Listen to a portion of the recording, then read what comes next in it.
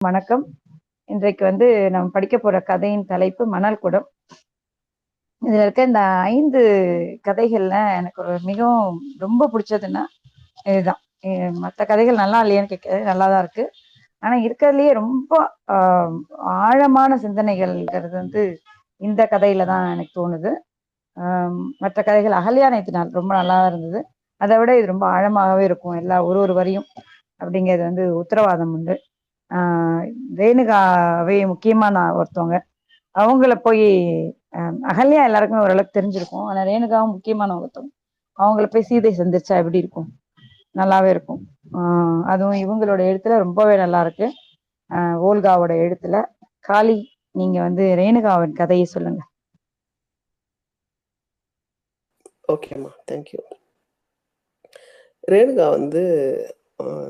ஒரு வேள்வி, அவங்க அப்பா ஆரோக்கியத்துக்காக செஞ்ச வேள்வியில இருந்து பிறந்த ஒரு குழந்தையா சொல்றாங்க. ஜமதக்னி அப்படின்ற ஒரு முனிவர் கூட அவங்க கல்யாணம் நடக்குது. இப்போ இவங்க இந்த மலப்பிரபா பெல்காம் டிஸ்ட்ரிக்ட் இருக்கு இல்லையா, கர்நாடகால, அந்த பகுதியில ரேணுகா தேவியும் ஜமதக்னி முனிவரும் வாழ்ந்ததா சொல்றாங்க. மலப்பிரபான்னு சொல்லிட்டு ஒரு ரிவர் இருக்கு கர்நாடகால, பெல்காம் டிஸ்ட்ரிக்ட்ல. அந்த மலப்பிரபால இவங்க சுடாத மண்ணுல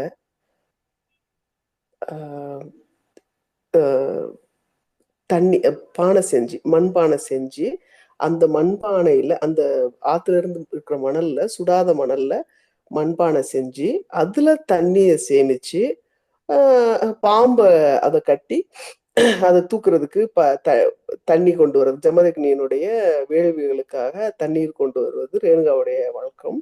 ரேணுகாவுடைய கற்பு, அதாவது கற்பின் காரணமாகத்தான் அந்த சுடாத மண்ணுல அவங்களால, சுடாத மணல்ல அவங்களால பானை செய்ய முடியுது அப்படின்றது ஜமதக்னியினுடைய நம்பிக்கைன்னு சொல்லலாம், இல்ல அனைவருடைய நம்பிக்கைன்னு சொல்லலாம். அப்போ ஜமதக்னிக்கு 5 பசங்க, சாரி, ரேணுகா தேவிக்கு பிறந்தவங்க 5 பசங்க. ஒரு நாள் இவங்க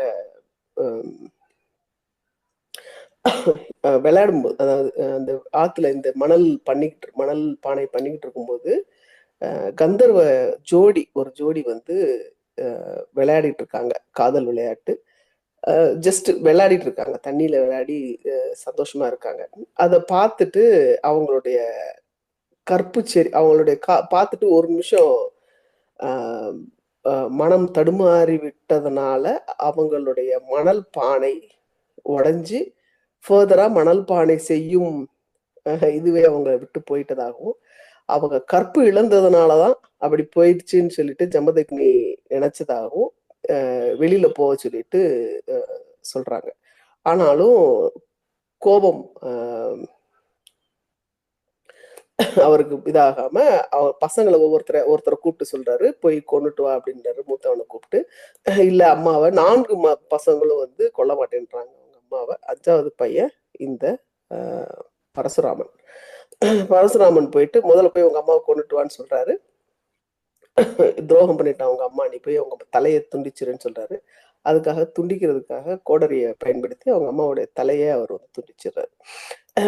நீதான் என்னுடைய மனத்துக்கு வந்த பையன், உனக்கு என்ன வர வேணும் கேளு அப்படின்னு சொன்னோன்னே தன்னுடைய தாயையும் சகோதரர்களையும் உயிர்ப்பிக்குமாறு அவங்க கேட்கிறாரு. அத திருப்பி அப்போ பை நவ் அவருக்கு இல்ல அவங்க கற்பு இழக்கலை அப்படின்ற ஒரு கன்வின்சிங் பாயிண்ட்டுக்கு ஜமதக்னி வந்துடுறாரு. அதனால சரி அப்படின்னு சொல்லிட்டு உயிர் கொடுக்குறேன் அப்படின்னு சொல்லிட்டு, நீ போய் தலைய போய் வை அப்படின்னு சொல்றாரு. ஆக்சுவலி ரேணுகா தேவி தலையை துண்டிக்கும் போது ரேணுகா தேவி பயந்து ஓடி ஒரு ஆடு மேய்த்து கொண்டிருந்த ஒரு பழங்குடி பெண்ணுக்கு பின்னாடி ஒளிறாங்க. இவர் பொறுக்காம குருவி இதாகிரும்னு சொல்லிட்டு பொறுக்காம ஒரே வீச்சுல 2 பேருடைய தலையை துண்டிச்சிடுறாரு. இப்போ இவர் போயிட்டு அந்த ஆட்டு இடைப்பெண், அந்த பெண்ணுடைய தலையை எடுத்து தன்னுடைய தாயினுடைய உடல்ல இவர் வைக்கிறாரு, மாத்தி வச்சிடுறாரு. மாத்தி வச்சதுக்கு அப்புறம் திருப்பி ரேணுகா தேவி வரமாட்டாங்க இல்லையா, அப்போ ரேணுகா தேவியினுடைய உடலும் இதுவும் மாத்தி வச்சிடறாரு. அதுதான் எல்லம்மா அப்படின்ற, அதாவது அவங்க கோச்சிக்கிட்டு போயிடுறாங்க. அதாவது திருப்பி நீ எனக்கு நான் சொல்றது நான் தாயின்னு பார்க்காம வெட்டிட்டே அப்படின்னு சொல்லிட்டு அவங்க கோச்சிக்கிட்டு இனிமே நான் வீட்டுக்கு வர மாட்டேன்னு சொல்லிட்டு அவங்க கோச்சிக்கிட்டு எங்கேயோ போறாங்க. அப்போ அந்த அந்த மாடு மேய்த்து கொண்டிருந்த பழங்குடி பெண்கள் எல்லாம் சேர்ந்து எங்க போறோமான்னு கேட்கறதுக்கு பதிலா எல்லம்மா எல்லன்னா எங்க எல்லம்மான்னு கேட்கறாங்க. அதுவே அந்த பெண்ணுடைய, அந்த புது பெண்ணினுடைய காம்போ பெண்ணுடைய பேரா போயிருது. அதுக்கு பின்னாடி போன எல்லம்மாவுக்கு பின்னாடி நிறைய பெண்கள் போறாங்க. அது ஒரு படையாகவே திரண்டு போறாங்க. இந்த கதையை புரிந்து கொள்வதற்கு இந்த அளவுக்கான வரலாறு போகுதுன்னு நினைக்கிறேன். எல்லம்மா ரேணுகா தேவி எல்லம்மா கோவில் இன்னும் அந்த இடத்துல இருக்கு. எல்லம்மா குடி அப்படின்னு சொல்லுவாங்க. பெல்காம் மாவட்டத்துல இருக்கு. இதுதான் இது ஷார்ட். இது இன்னைக்கு இதை புரிஞ்சுக்கிறதுக்கு இது உபயோகமா இருக்கும்னு நினைக்கிறேன். நன்றி.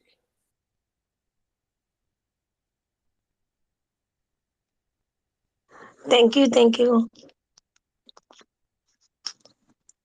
ஆரம்பிக்கலாங்களா கோமதி? ஆரம்பிக்கலாம்.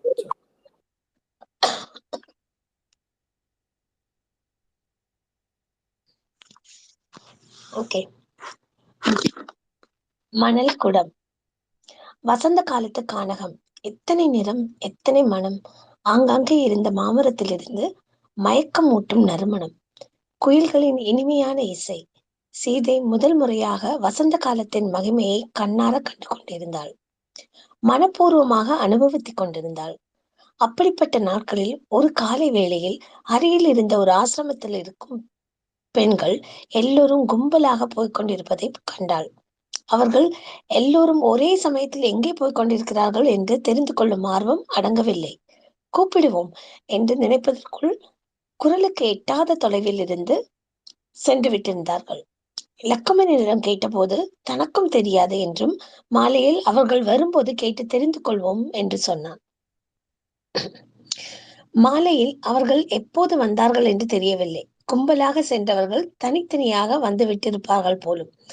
மறுநாள் காலையில் வேலைகள் முடிந்த பிறகு ராம லக்குமணர்கள் காட்டிற்கு சென்ற பிறகு அருகில் இருந்த சாந்தாவின் ஆசிரமத்திற்கு சென்றாள். போனதுமே வேப்படைந்து விட்டாள். இதற்கு முன்னால் சாந்தாவின் குடிலில் கண்டிராத அழகான சிற்பங்கள் 2, விசித்திரமான ஓவியங்களுடன் கவர்ச்சியாக இருந்த பானைகள் 5-6 அழகாக அடுக்கி வைக்கப்பட்டிருந்தன. சீதை அவற்றை பார்த்து மகிழ்ந்து கொண்டே, இவை எங்கிருந்து வந்தன சாந்தா? நேற்று முன்தினம் வந்தபோது இவை இருக்கவில்லையே என்று கேட்டாள். நேற்று நாங்கள் எல்லோரும் ரேணுகா தேவியின் சிற்ப ஆலயத்துக்கு போனோம் இல்லையா? எனக்கு பிடித்தமானதை கொண்டு வந்தேன் என்றாள் சாந்தா. ரேணுகா தேவியா என்றாள் சீதை. அவள் யார் என்று தனக்கு தெரியாது என்ற குரலில். உனக்கு தெரியாது சீதை? நீ இங்கே வந்து சிறிது காலம்தானே ஆகிறது. இங்கிருந்து 1 மணி நேரம் நடக்கும் தொலைவில் ரேணுகா தேவியின் சிற்பாலயம் இருக்கிறது. ஒவ்வொரு வருடமும் நாங்கள் சென்று எங்களுக்கு வேண்டிய பானைகள், கற்பாத்திரங்கள், அழகான சிற்பங்கள் எடுத்து வருவோம். நேற்று போயிருந்தோம். உன்னையும் அழைத்திருக்க வேண்டும் என்றாள் சாந்தா. ரேணுகா தேவி என்பவளிடம் எத்தனை வித்தை இருக்கிறதா? வியப்புடன் சொன்னாள் சீதை. ஆமாம், இது மட்டுமா? இதைவிட மிஞ்சிய சிற்பங்கள் எத்தனையோ. சிற்ப வித்தையின் ரகசியங்கள் எல்லாம் அவளுக்கு உள்ளங்கையில் நெல்லிக்கனி. ஒரு முறை காரியத்தை தொடங்கிவிட்டால் இனி தவத்தில் மூழ்கி விட்டார் போல்தான். தவத்தில் கூட அந்த அளவுக்கு ஆழமான ஈடுபடும் ரிஷிகள் சிலர் தான் இருப்பார்கள். நீ பார்த்து கொண்டிருந்த சீதை நான் 2 குடம் தண்ணீர் எடுத்துக்கொண்டு இப்போவே வந்து விடுகிறேன் என்று சாந்தா வெளியே சென்றார். ரேணுகா தேவி அந்த பெயர் சீதையின் மனதில் ஏதோ பழைய நினைவுகளை தட்டி எழுப்பியது. இந்த பெயர் தனக்கு இதற்கு முன்பே அறிமுகம்தான். எப்போது, எங்கே? சீதைக்கு தன்னுடைய சுயம்வரம் நினைவுக்கு வந்தது. சுயம்வரத்தில் ராமன் சிவனின் வில்லை முறித்த பிறகு தான் ராமனின் கழுத்தில் பூமாலையால் அலங்கரித்து திரும்பவும் அந்த புறத்துக்கு போகும்போது மூண்ட கலவரம் நினைவுக்கு வந்தது. யார் அவன்? கோபத்துடன் கொந்தளித்தபடி எரிமலையாய் பாய்ந்து வந்தான். ராமன் மீது பிரளய கால மேகம் போல் தாக்குதல் நடத்தினான். அந்தப்புற பெண்கள் தன்னை உள்ளே அழைத்து போனார்கள். அங்கே அவர்கள் சொன்ன வார்த்தைகள் நினைவுபடுத்திக் கொள்ள சீதை திண்டாடி கொண்டிருந்தாள். மாவீரன் பரசுராமன், பூமியின் மீது சத்திரிகளை விட்டு வைக்க மாட்டேன் என்று சொன்ன பரசுராமன் இவன்தான். இப்போது என்ன நடக்கப் போகிறது? அந்த ஸ்ரீராமச்சந்திரனை இந்த பிராமணன் என்ன செய்ய போகிறான்? செய்திகளின் வார்த்தைகளுக்கு நடுங்கிவிட்டாள் அவள். மாவீரன் மட்டுமே இல்லை, கடின இதயம் படைத்தவன். தன் தாய் ரேணுகா தேவியின் தலையை கொய்த்து விடுவதற்கு கூட பின்வாங்காத கொடும்பாவி. பழுத்த சுமங்கலி ஒருத்தி புலம்பினாள். சீதை பயத்தினால் மேலும் நடுங்கினாள். தன்னை கவனித்துவிட்டு எல்லோரும் பேச்சு நிறுத்திவிட்டார்கள். தன்னை தேற்றுவதற்கு முற்பட்டார்கள். ராமனை பற்றிய துக்கத்தில் அவள் கண்ணீர் விட்டுக் கொண்டிருந்தாள். ராமனை பார்த்ததும் தன்னுள் ஏற்பட்ட பரவசம், அவன் வீரத்தை பார்த்தபோது ஏற்பட்ட பெருமை, சற்று நேரத்திலே அவன்தான் தனக்கு எல்லாமே என்று தன்னுள் ஏற்பட்ட உணர்வு, எங்கே இவற்றுக்கெல்லாம் குறுக்கீடு ஏற்படுமோ என்ற பயம்.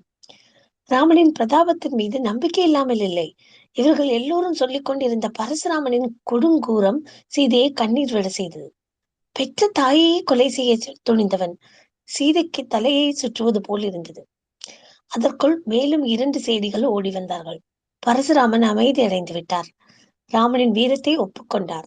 இருவருக்கும் நடுவில் நட்பு ஏற்பட்டது. ஏதோ ஒப்பந்தம் செய்து கொண்டார்கள். அந்த செய்தியுடன் அவளுக்கு போன உயிர் திரும்பி வந்தார் போல் இருந்தது. பிறகு தந்தை வந்து தன்னிடம் குசலம் விசாரித்தார். நடந்தது எல்லாம் நன்மைக்குதான் என்றும், ராமனின் பிரதாபம் சந்தேகம் இல்லாமல் நிரூபிக்கப்பட்டு விட்டதென்றும், அப்படிப்பட்ட வீரனை கணவனாக அடைந்த அதிர்ஷ்டசாலி என்று வாழ்த்துவிட்டு சென்றார். திருமண சந்ததி அடங்கியதும் சில மாதங்கள் கழித்த பிறகு திருமண விசேஷங்கள் நினைத்து பார்க்கும்போது பரசுராமனை பற்றி கேட்டாள் அவள். ராமன் பரசுராமனை புகழ்வதில் மூழ்கிவிட்டார். சத்திரியர்களை கொன்றவனை இந்த அளவுக்கு புகழ் பாடுகிறீர்களே என்றாள் அவள். அவர் சம்ஹரித்த சத்திரியர் ஆரிய தர்மங்களை கடைபிடிக்காதவர்கள். வடக்கு எல்லை முழுவதும் அவர் ஆரிய தர்மத்தை முழுவதுமாக நிலைநாட்டிவிட்டார். என்னுடைய எண்ணங்களை தெரிந்து கொள்ள வந்தார். சிவரின் வில்லை முறித்த நான் ஆரிய தர்மங்களை தொடர்ந்தால் நன்றாக இருக்கும் என்பது அவருடைய எண்ணம்.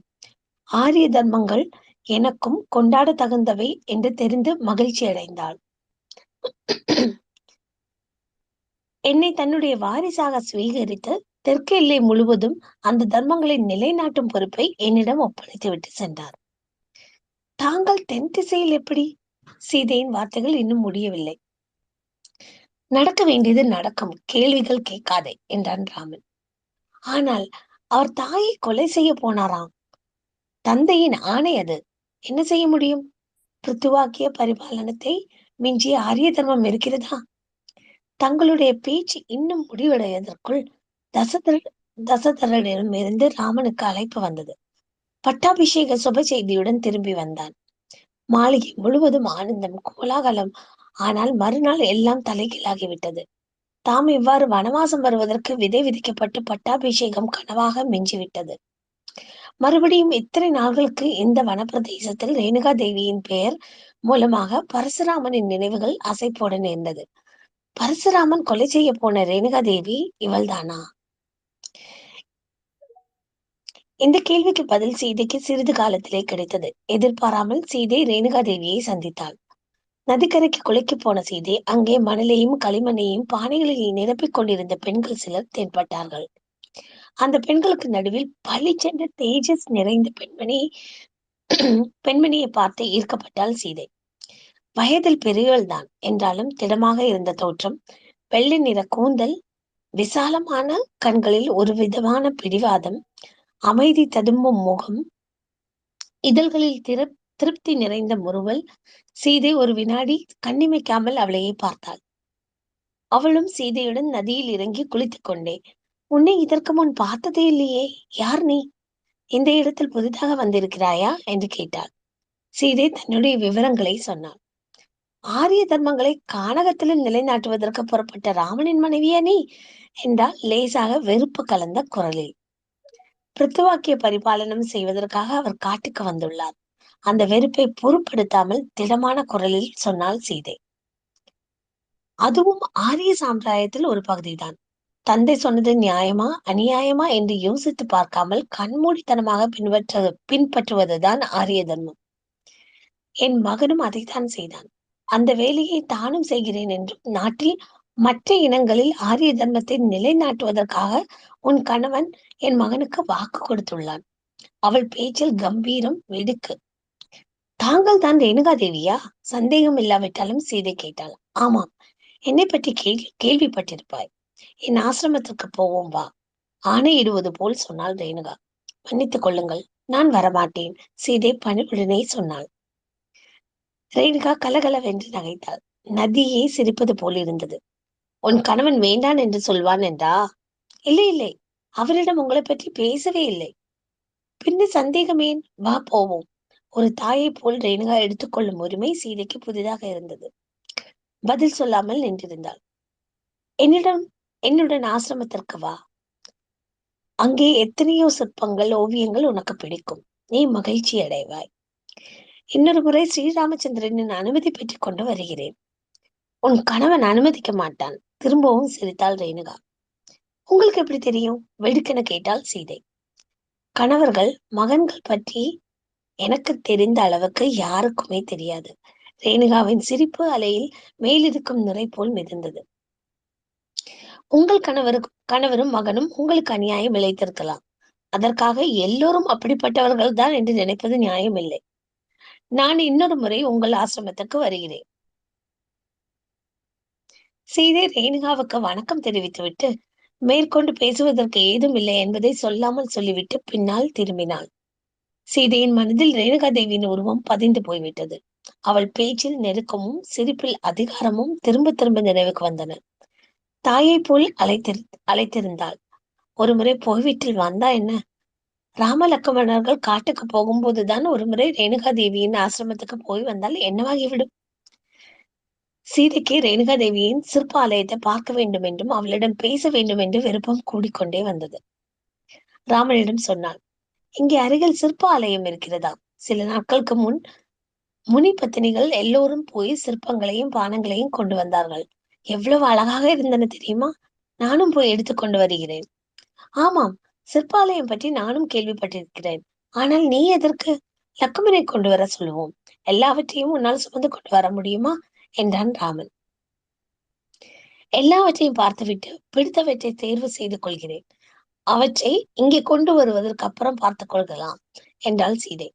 அப்படியே ஆகட்டும், போய் உனக்கு பிடித்தமானவற்றை தேர்வு செய்து கொள் என்றான் ராமன். ரேணுகாவை பற்றி ராமனுக்கு தெரியுமோ தெரியாதோ? சிற்பாலயத்தை பற்றி தெரியும் என்று சொன்னதால் தெரிந்திருக்க கூடும். பரசுராமனின் தாய் மீது ராமனுக்கு மதிப்பு இருக்கலாம். அவள் பரசுராமனின் தர்மங்களையும் ராமனின் தர்மங்களையும் எதிர்ப்பவள் என்ற விஷயம் ராமனுக்கு தெரியாமல் இருக்கலாம். தனக்கு மட்டும் தெரிந்தது எவ்வளவு? ரேணுகா தேவியை சந்தித்ததால் தவிர அவளுடைய அபிப்பிராயங்கள் முழுமையாக தெரியாது. சீதை சிற்ப ஆலயத்துக்கு போவதற்கான விரைவான வேலைகளை முடித்துக் கொண்டாள். சாந்தா சொன்ன அடையாளத்தை வைத்துக் கொண்டு சுலபமாகவே ஆசிரமத்தை அடைந்து விட்டாள். ரேணுகா வேலையில் மூழ்கியிருந்தாள்.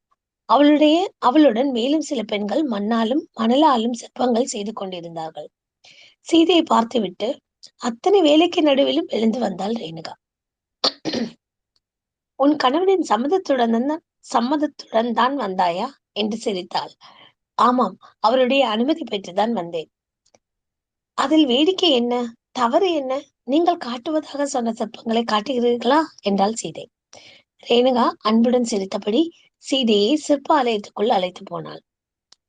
அங்கே இருந்த சிற்பங்களை பார்த்ததும் சீதைக்கு வார்த்தைகளை வரவில்லை. மிதிலையில், அயோத்தியில், அரண்மனையில் வளர்ந்த சீதைக்கு சிற்பங்களின் அழகு தெரியாதது இல்லை. ஆனால் இவற்றை வடிவமைத்த முறையே வேறு. இந்த சிற்ப பாணியை தான் ஒரு நாளும் பார்த்ததில்லை. முழுவதுமாக மாறுபட்டிருந்தது. அந்த வார்த்தையை தான் சொன்னாள்.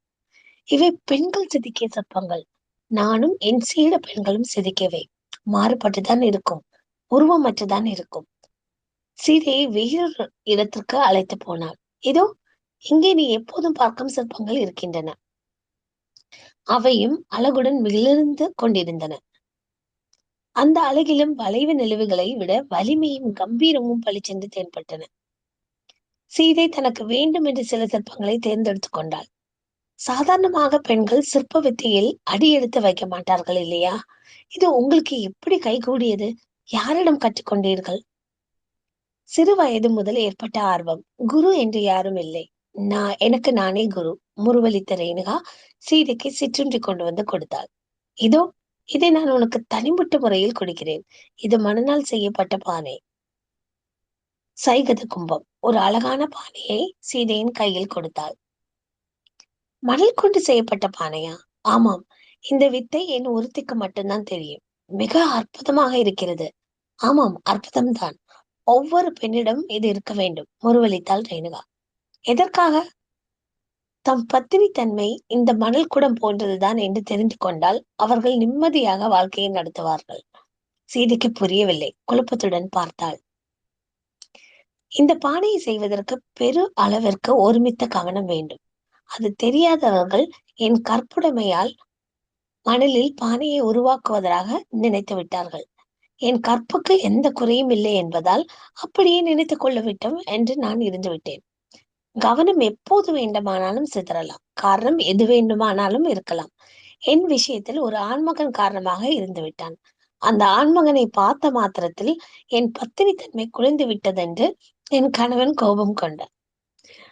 பானையை இவ்வளவு நேர்த்தியாக செய்வதற்கு சாதனை, கவனம், மணல், அதில் கலக்க வேண்டிய தண்ணீரின் அளவு, இன்னும் எத்தனையோ காரணங்கள் இருக்கும். அதை உணர முடியாத மகா ஞானி ஜமதக்னி மகரிஷி தவத்தின் மூலம் எவ்வளவு ஞானத்தை பெற்றாலும் மனைவியின் பத்தினித்தன்மை மீது பிடி தளர்த்தாத முற்றும் துறந்த முனிவர். ரேணுகாவின் குரலில் கடினமான ஏளனம். அப்போது என்ன நடந்தது? சீதை ஆர்வத்துடன் கேட்டாள். என்னை கொன்றுவிட சொல்லி மகன்களிடம் ஆணையிட்டார். பரசுராமன் அதற்கு சித்தமானான். என் தலையை துண்டித்தான். பாதி தலை அறுத்த பிறகு என் கணவரின் கோபம் தணிந்தது. பரசுராமனை நிறுத்த சொன்னார். ஆசிரம பெண்கள், காட்டுவாசி பெண்கள் எனக்கு வைத்தியம் செய்து என் தலையை கழுத்தின் மீது நிற்கும்படியாக செய்தார்கள். மாத கணக்கில் நான் சாவுக்கும் வாழ்வுக்கும் இடையே போராடினேன். மரணத்தின் விளிம்பு வரையில் சென்ற என் முன்னால் 3 பிம்பங்கள், மனம், வாக்கு, செயல். இம்மூன்றால் நான் போற்றிய கணவர், என் கற்பு, 10 மாதம் சுமந்து பெற்ற மகன், என் தாய்மை, ஒருமித்த கவனத்தின் விளைவு, வித்தை, மணல் குடம். ஒரு தடவை கூட வாசிக்கிறேன். மரணத்தின் விளிம்பு முறையில் சென்ற என் முன்னால் 3 பிம்பங்கள், மனம், வாக்கு, செயல். இம்மூன்றாலும் நான் போற்றிய கணவர், என் கற்பு, 10 மாதம் சுமந்து பெற்ற மகன், என் தாய்மை, ஒருமித்த கவனத்தின் விளைவு, வித்தை, மணல் குடம். இந்த 3ம் ஒன்றுதான். அற்ப காரணங்களுக்காக சிதைந்து போய்விடும். வாழ்க்கை கத்தி முனையில் தொங்கிக் கொண்டிருக்கிறது. சீதையின் கண்கள் முழுவதும் கண்ணீர். ரேணுகா மட்டும் கம்பீரமாக இருந்தாள். வாழ்வுக்கும் சாவுக்கும் நடுவில் நடந்த போராட்டத்தின் போது எத்தனையோ கேள்விகள். கணவன், மகன்கள் என்ற பந்தங்கள் ஒரு பெண்ணுக்கு அவசியமா? அவசியமில்லை என்று முடிவு செய்து நான் அவர்கள் எல்லோரிடமிருந்து தொலைவாக வந்துவிட்டேன். என் வித்தையுடன் வாழ்ந்து வருகிறேன். என் சீடர்களுக்கும் அதைத்தான் உபதேசம் செய்கிறேன். எப்போதாவது தவிர மணலை கொண்டு இந்த பானையை செய்ய மாட்டேன். கற்புடைமை எப்படிப்பட்டது என்று மறந்துவிடக்கூடாது என்று எப்போதாவது செய்வேன். கணவன் தவிர பெண்களுக்கு வேறு உலகம் இருக்கிறதா? தாய்மை விட பரமார்த்தம் பெண்களுக்கு வேறு என்ன இருக்கிறது? உங்கள் அனுபவத்தை கொண்டு எல்லோருக்கும் உபதேசம் செய்வது என்பது கணவன் தவிர வேறு உலகமில்லை என்று நினைப்பார்கள் பெண்கள். உண்மைதான். ஆனால் ஏதோ ஒரு நாள் கணவன் தன் உலகத்தில் உனக்கு இடமில்லை என்று சொல்வான். அப்பொழுது நமக்கு என்ன ஆதாரம் இருக்கிறது? மகன்களை பெறுவதுதான் வாழ்க்கை லட்சியம் என்று நினைப்போம். அந்த மகன்கள் ஆண்கள் வம்சத்தின் குலக்கொழுந்தாகி நாம் உணர்வதற்குள் நம் கையை விட்டு தந்தையின் கட்டுக்குள் சென்று ஆணைகளுக்கு உட்படுவார்கள், அல்லது அவர்களில் நம் வாழ்க்கையை தீர்மானிப்பவர்கள் ஆவார்கள். எதற்காக அடிபட்ட குழந்தைகளை பெறுவது? இது எனக்கு அனுபவமான அளவுக்கு கடினமான வேற யாருக்கும் ஆகியிருக்காது. அந்த கடினமான உண்மை தெரிந்த பின் பிறருக்கு சொல்வது என் கடமை இல்லையா? ஆனால் பிராமணர்கள் யாரும் என் பேச்சுக்கு மதிப்பு தர மாட்டார்கள். இந்த காட்டில் உள்ள வெவ்வேறு இன மக்களுக்கு என் வித்தைகளை கற்றுக் கொடுத்து என் அனுபவ சாரத்தை சொல்லித் தருகிறேன். ஆனால் திருமண பந்தம் இல்லை என்றால் சிருஷ்டியே நின்று விடாதா? எதற்கு நின்றுவிடும் சீதை? இந்த காட்டில் எத்தனையோ பிராணிகள் பிறந்து வளர்ந்து வருகின்றன. அவருக்கெல்லாம் திருமண பந்தம் இல்லையே. பல்வேறு இனத்து மக்கள் இருக்கிறார்கள். அவர்களுடைய பழக்க வழக்கங்கள் உங்களுடைய ஆச்சாரங்களுக்கு மாறுபட்டு இருக்கும். அப்படி என்றால் மனிதர்கள் விலங்குகளைப் போல் நாகரிகம் இல்லாதவர்களாக வாழ வேண்டுமா? விலங்குகளிடம் அவ்வளவு தாழ்ந்த நோக்கி ஏன் சீதை? இயற்கையை, விலங்குகளை நாம் நேசிக்க வேண்டும், வழிபட வேண்டும், இணைந்து வாழ வேண்டும். அதுதான் மனிதனின் கடமை. அந்த கடமையை விட்டுவிட்டு யாரோ எழுதிய புத்தகத்தின் வரிகளை நாகரிகம் என்று நினைக்கிறாயா? நகரத்தில் இருந்து காட்டுக்கு வந்திருக்கிறாய். நகரங்கள் வளர்த்து கொண்ட நாகரிகத்தின் மீது அவ்வளவு மமதை ஏன்? இயற்கை மனிதனின் ஆசான் அல்லவா? உங்கள் பேச்சு எனக்கு புரியவில்லை. அவை பெண்களுக்கு தீங்கு விளைவிக்கும் என்று தோன்றுகிறது. தீங்கு ஒருபோதும் செய்யாத சீதை. குழந்தை தாய்க்கு சொந்தம் ஆவதில் அவர்களுக்கு எந்த தீங்கும் நேராது. சில பெண்களின் வாழ்க்கைக்கு குழந்தைகள் தம்முடைய தந்தை யார் என்று கேள்வி கேட்கும் சந்தர்ப்பமோ, கணவன் உன் குழந்தைக்கு தந்தை யார் என்று கேள்வி கேட்கும் சந்தர்ப்பமோ வரும் சீதை. அப்பொழுது அவர்களின் நிலைமையை நினைத்து பார். என் பேச்சு உனக்கு புரியும். யாருக்கோ எப்போதோ ஏதோ நடக்கும் என்பதற்காக திருமணம் இல்லாமல் இருப்பதும், திருமணம் ஆகாமல் குழந்தை பெற்றுக் கொள்வதும் எங்கேயாவது நடக்குமா? இது நல்ல வழக்கமாகுமா? கோபமாக கேட்டால் சீதை. நல்ல வழக்கமோ இல்லையோ, எனக்கு தோன்றியதை சொல்கிறேன். யாருக்காக இருந்தாலும் அனுபவத்தில் இருந்துதான் சத்தியம் புலப்படும். அவர்கள் உணர்ந்த சத்தியத்தை அவர்கள் சொல்லுவார்கள். உங்களுடைய சத்தியம், என்னுடைய சத்தியம் இரண்டும் ஒன்று இல்லை. இல்லாமல் இருக்கலாம். உலகத்தை பார்க்க பார்க்க உன் பேச்சில் இருக்கும் சத்தியம் உனக்கு புரியக்கூடும். சீதைக்கு அந்த உரையாடல் வியர்த்தமான வாதமாக தோன்றியது. சீதை மச்சு, அது என் பேச்சில் உள்ள சத்தியம், உன் பேச்சில் அது கொஞ்சம் இதுவா பிளர்டா இருக்குன்னு நினைக்கிறேன். என் பேச்சில் உள்ள சத்தியம் உனக்கு புறப்படும். அதான் ஒரு தடவை கூட வாசிச்சுறேன். உங்கள் பேச்சு எனக்கு புரியவில்லை. அவை பெண்களுக்கு தீங்கு விளைவிக்கும் என்று தோன்றுகிறது. தீங்கு ஒருபோதும் செய்யாத சீதை. குழந்தை தாய்க்கு சொந்தம் ஆவதனால் அவர்களுக்கு எந்த தீங்கும் நேராது.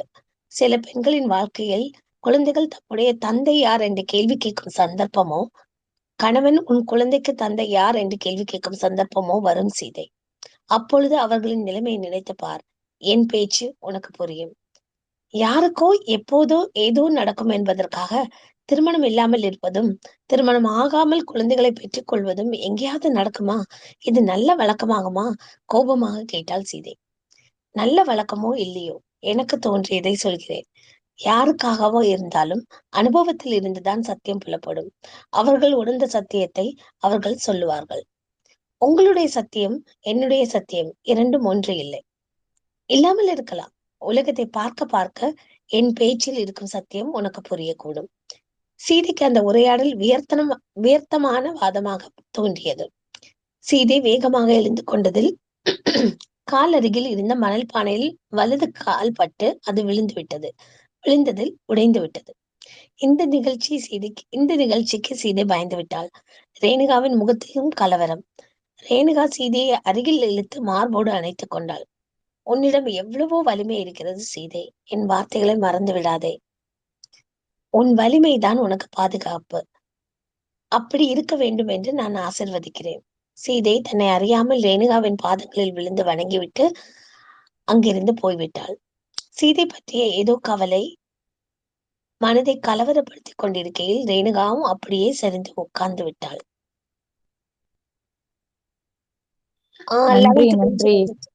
நன்றி மச்சு உங்களோட வாசிப்புக்கு. நளி, நீங்க அடுத்த படிச்சிருங்க. படிக்கிறேன் கோமதி. தேங்க்யூ. நான் பேசுறது கேக்குதா? கேக்குது. சீதைக்கு 2 மகன்களை வளர்ப்பதில் ஒரு நொடியும் ஓய்விருப்பதில்லை. வால்மீகி ஆசிரமத்தில் 8 ஆண்டுகள் எப்படி கழிந்தன என்று கூட சீதைக்கு நினைவில்லை. குழந்தைகளுக்கு அக்ஷராபியாசம் செய்ய வைத்து வால்மீகியிடம் படிப்பதற்கு அனுப்பிய பிறகு கொஞ்சம் சமயம் கிடைத்தது. அந்த நேரத்திலும் அவ்விருவரை பற்றிய நினைப்புதான். அவர்கள் திரும்பவும் வீட்டுக்கு வரும் வரையில் எந்த வேலை செய்து கொண்டிருந்தாலும் கண்கள் மட்டும் வாசல் பக்கமே நிலைத்திருக்கும். அவர்களின் மழலை சொற்கள், ராமனின் கதை பாடும் அவர்களின் இனிமையான குரல், குறும்பு சேட்டைகள் இவற்றுடன் சீதையின் வாழ்க்கை நிம்மதியாக கழிந்து கொண்டிருந்தது. ஒரு நாள் குடிலுக்கு வரும்போது குசன், லவன் இருவரும் மௌனமாக வாசல் அருகில் நின்று கொண்டிருந்த தாயின் பக்கம் ஏறெடுத்து பார்க்காமல் உள்ளே போனார்கள். சீதை வியப்புடன் உள்ளே வந்து தூக்கி வைத்துக் கொண்டிருந்த அவர்களுடைய முகத்தை பார்த்துவிட்டு நயமான குரலில், என்ன நடந்தது குழந்தைகளே, ஏன் அப்படி இருக்கிறீர்கள் என்று கேட்டார். அம்மா, எங்கள் தந்தை யார்? அம்மா, நாங்கள் சத்திரியர்களா? சீதையின் முகம் நொடியில் நிறம் மாறியது. அவர்கள் ஸ்ரீராமனின் குழந்தைகள் என்று அவர்களுக்கு சொல்லும் எண்ணம் சீதைக்கு இல்லை. இன்று குழந்தைகள் இப்படி கேட்கும் போது சீதையின் இதயம் பாறையாய் கனத்தது, துடியாய் துடித்தது. குழந்தைகள் தம்முடைய தந்தை யார் என்று கேள்வி கேட்கும் சந்தர்ப்பமோ, கணவன் உன் குழந்தைகளுக்கு தந்தை யார் என்று கேட்கும் நாளோ சில பெண்களுக்கு வரும் சீதை. அப்பொழுது அவர்களின் நிலைமையை நினைத்துப்பார். என் பேச்சு உனக்கு புரியும். ரேணுகாவின் வார்த்தைகள் காதருகில் முணுமுணுத்தார் போல் ஒலித்த போது ரத்தம் முழுவதும் முகத்திற்கும் அங்கிருந்து தலைக்கும் பாய்ந்தது.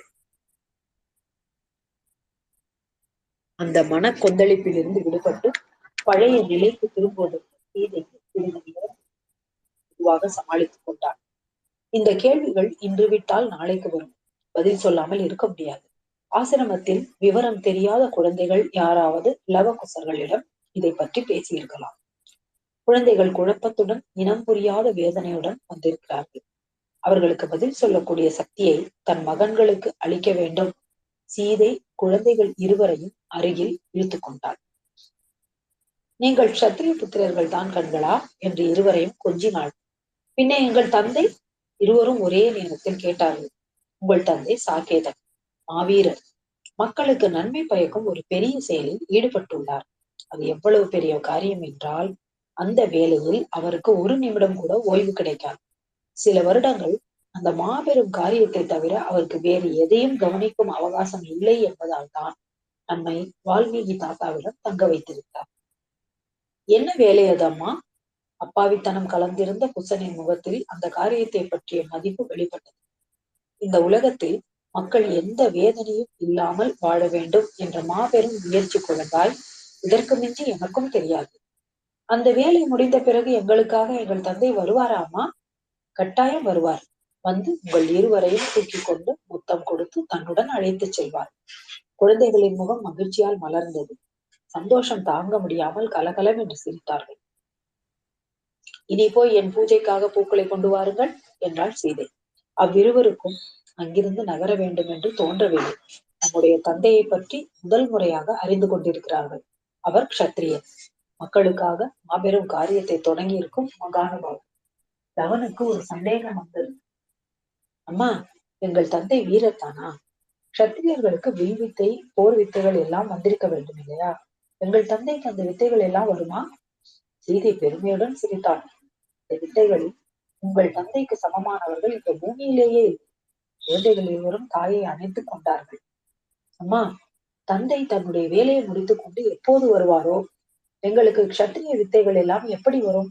இந்த ஆசிரமத்தில் எங்களுக்கு யார் கற்றுத் தருவார்கள்? எங்கள் தந்தை வந்து எங்களை பார்த்து என்ன நினைத்துக் கொள்வார்? என்ன செய்வதம்மா? சீதைக்கு அவர்களுடைய தவிப்பை பார்க்கும்போது சிரிப்பு வந்தது. உங்களுக்கு க்ஷத்திரிய வித்தைகளை கற்க வேண்டும் என்று தோன்றுகிறது, அவ்வளவுதானே? நான் கற்றுத் தருகிறேன். நீங்களா? ஏன், நானும் க்ஷத்திரிய பெண் தானே. ஆனால் பெண்கள் யுத்தம் செய்ய மாட்டார்கள் இல்லையா? தேவை ஏற்பட்டால் பெண்கள் என்ன வேண்டுமானாலும் செய்வார்கள். எனக்கு எல்லா வித்தைகளும் தெரியும். நாளை முதல் உங்களுக்கு அம்மா மட்டுமே இல்லை, குருவும் கூட. சரிதானே? குழந்தைகள் கொண்டாட்டத்துடன் குதித்து கும்மாளம் போட்டார்கள். வால்மீகி மகரிஷியிடம் சொல்லிவிட்டு சீதை லவகுசர்களுக்கு வில் வித்தை கற்றுக் கொடுக்க தொடங்கினாள்.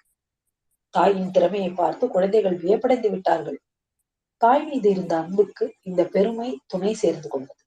தம் தந்தை வருவதற்குள் தாங்கள் மாவீரர்களாகிவிட வேண்டும் என்ற நினைப்பு தவிர வேறு எண்ணம் இல்லாமல் தாயிடமிருந்து வித்தைகளை கற்று வந்தார்கள். வால்மீகி ஆசிரமத்தில் ராமாயணத்தை காண இளைப்பாறிக் கொண்டிருந்தார்கள். வளர்ந்து வரும் குழந்தைகளை பார்க்கும் போது சீதையின் மனதில் கவலையும் அதிகரித்துக் கொண்டிருந்தது. குழந்தைகள் தினமும் ஏதோ ஒரு சாக்கில் தந்தையை பற்றிய பிரஸ்தாபனை கொண்டு வந்து கொண்டிருந்தார்கள். தந்தையை காண வேண்டும் என்று அவர்களை திருப்பி பார்க்கும் போது சீதையின் இதயத்தில் வாரம் ஏறுவது போல் இருந்தது. அம்மா, எங்கள் தந்தை எங்களுக்கு எப்போது தென்படுவார்? ஒரு நாள் லவன் தீனமாய் கேட்டான். 2 குழந்தைகளை வாரி அணைத்துக் கொண்டாள் சீதை. இன்னும் சிறிது காலம் பொறுமையாக இருக்க வேண்டும் குழந்தைகளே. சொன்னேன் இல்லையா, சில காரணங்களினால் அவர் அஞ்ஞாதமாக வாழ்ந்து வருகிறார். தற்சமயம் அவர் யார் என்று ஒருவருக்கும் தெரியக்கூடாது. சமயம் வரும்போது உங்களுக்கு தெரியும். இந்த வார்த்தைகளுக்கே குழந்தைகள் இருவரின் முகமும் சந்தோஷத்தால் மலர்ந்து விட்டது. அந்த சமயம் விரைவில் வந்தால் நன்றாக இருக்கும் இல்லையாமா? குசனின் முகத்தில் ஏதோ தெரியாத எதிர்பார்ப்பு. இப்போது உங்களுக்கு என்ன குறை வந்து விட்டது? தாத்தா படிப்பு சொல்லி தருகிறார், நான் கற்றுத் தந்து கொண்டிருக்கிறேன். நான் கற்றுக் கொடுக்க வேண்டியது நிறைய இருக்கிறது. நீங்கள் கற்றுக் கொடுப்பது முடிந்தவுடன் எங்கள் தந்தையார் வந்து இனி மீதம் இருப்பதை கற்றுத் தருவாரா? சீதை சிரித்தாள். நான் கற்றுக் கொடுக்க வேண்டியதெல்லாம் கற்றுக் கொடுத்து விட்டால் இனி உங்கள் தந்தையார் வந்து கற்றுக் கொடுப்பதற்கு எதுவும் இருக்காது. அப்படி என்றால் தந்தையாரை விட உங்களுக்குத்தான் அதிகம் தெரியுமா? கூட குறைவு இல்லை கண்ணா. ஒரு காலத்தில் பெரிய வில்லொன்று இருந்தது. அதை எடுத்து அம்பு விடக்கூடியவர்கள் மிகவும் குறைவு. அந்த வித்தை எனக்கும் உங்கள் தந்தைக்கும் சமமாகவே தெரியும். எங்களுக்கும் அந்த வித்தையை கற்றுக் கொடுங்களம்மா. தந்தை வருவதற்குள் அதை கற்றுக்கொண்டு வெளிப்படுத்தினால் அவர் வியப்படைந்து போவார் இல்லையாமா?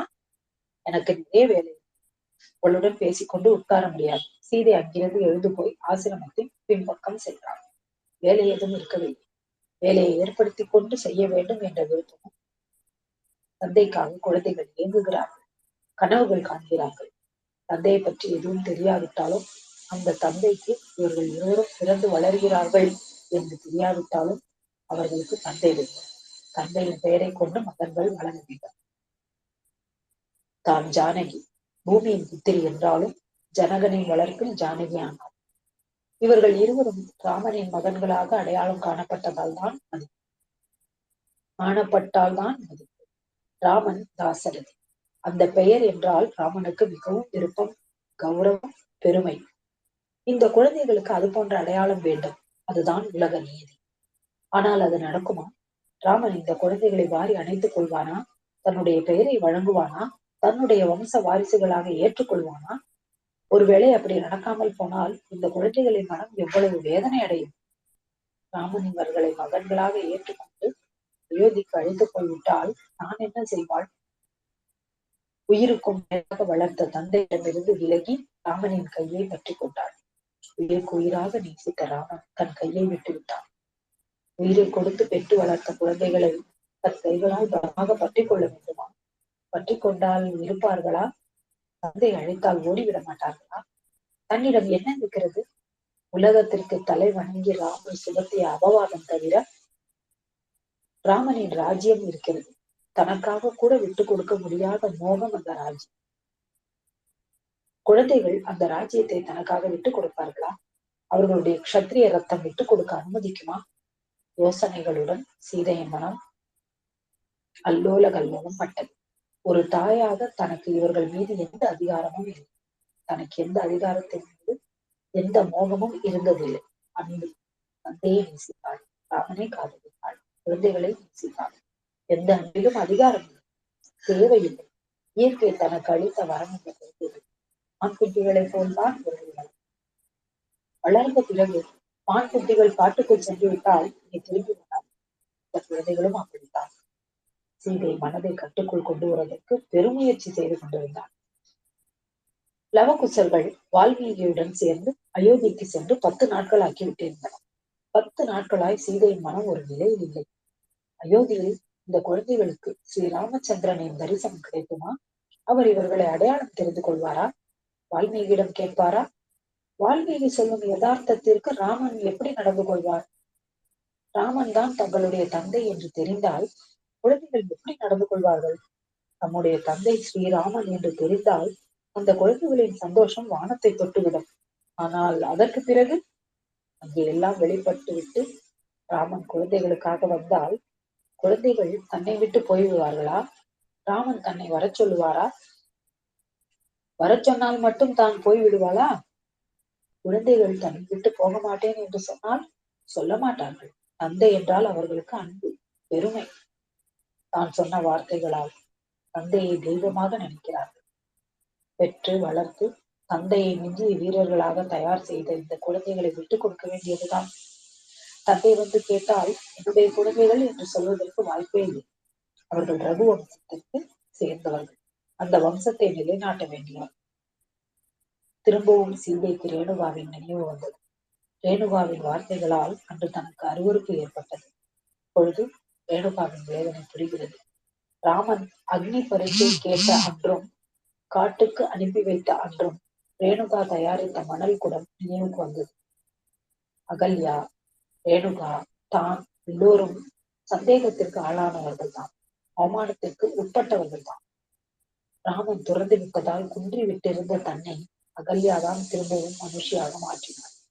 அன்று அகல்யா தொலைநோக்கு பார்வையுடன் சொல்லியிருந்தார். எந்த எதிர்பார்ப்புகளையும் வைத்துக் கொள்ளாமல் குழந்தைகளை மான் குட்டிகளைப் போல் வளர்க்க சொன்னாள். தனக்கு பெரிய எதிர்பார்ப்புகள் இல்லை. ஆனால் குழந்தைகள் தன்னை விட்டு தொலைவாக போய்விடுவார்கள் என்றால் வயிற்றுக்குள் எங்கேயோ ஏதோ சுருண்டு விட்டது போல் வேதனை. சில சமயம் அந்த வேதனை பயங்கரமாக உடல் முழுவதையும் ஆட்டி படைத்துக் கொண்டிருந்தது. மாபெரும் சூன்யம் மனதை முழுமையாக சூழ்ந்து விட்டது போல் இருந்தது. கண் முன்னால் ஒளி வீசிக் கொண்டிருந்த நிலவுகள் திடீரென்று மறைந்துவிட்டால் எல்லாமே இருள்தானே. அந்த இருட்டில் தன் கையை பிடித்து நான் இல்லையா குழந்தாய் வார்த்தைகளுக்கு 1000 யானைகளின் பலம். தன் தாய் சுதந்திரமாக இருப்பவள். தன் தாயிடம் போவாள். தன் தாய் சர்வ சக்திகள் இருப்பவள். அதனால் தன்னை ஆதரித்து அரவணைத்துக் கொள்ளும் வாய்ப்பு வீரர்கள்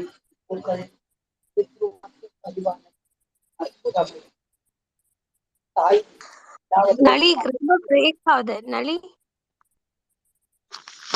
வாய்ஸ் ரொம்ப பிரேக் ஆகுது. எனக்கு தான் பிரேக் ஆகுதா? ஒரு 2 minutes பிரேக் ஆகுதுனாலே. இப்ப பாருங்க, இப்ப கிளியரா இருக்கு. தன் தாய் சுதந்திரமாக இருப்பவள். தன் தாயிடம் போவாள். தன் தாய் சர்வ சக்திகள் படைத்தவள். அதனால் தன்னை ஆதரித்து அரவணைத்துக் கொள்ளும் வாய்ப்பு இருக்கிறது. புத்திரர்கள், பித்ருக்கள், பித்ருவாக்கிய பரிபாலனம், கற்புடைமை, தாய்மை எல்லாவற்றையும் பார்த்திருக்கிறாள். தான் அறியாத கோணம் அகல்யா, சூர்பனகை, ஊர்மிளா.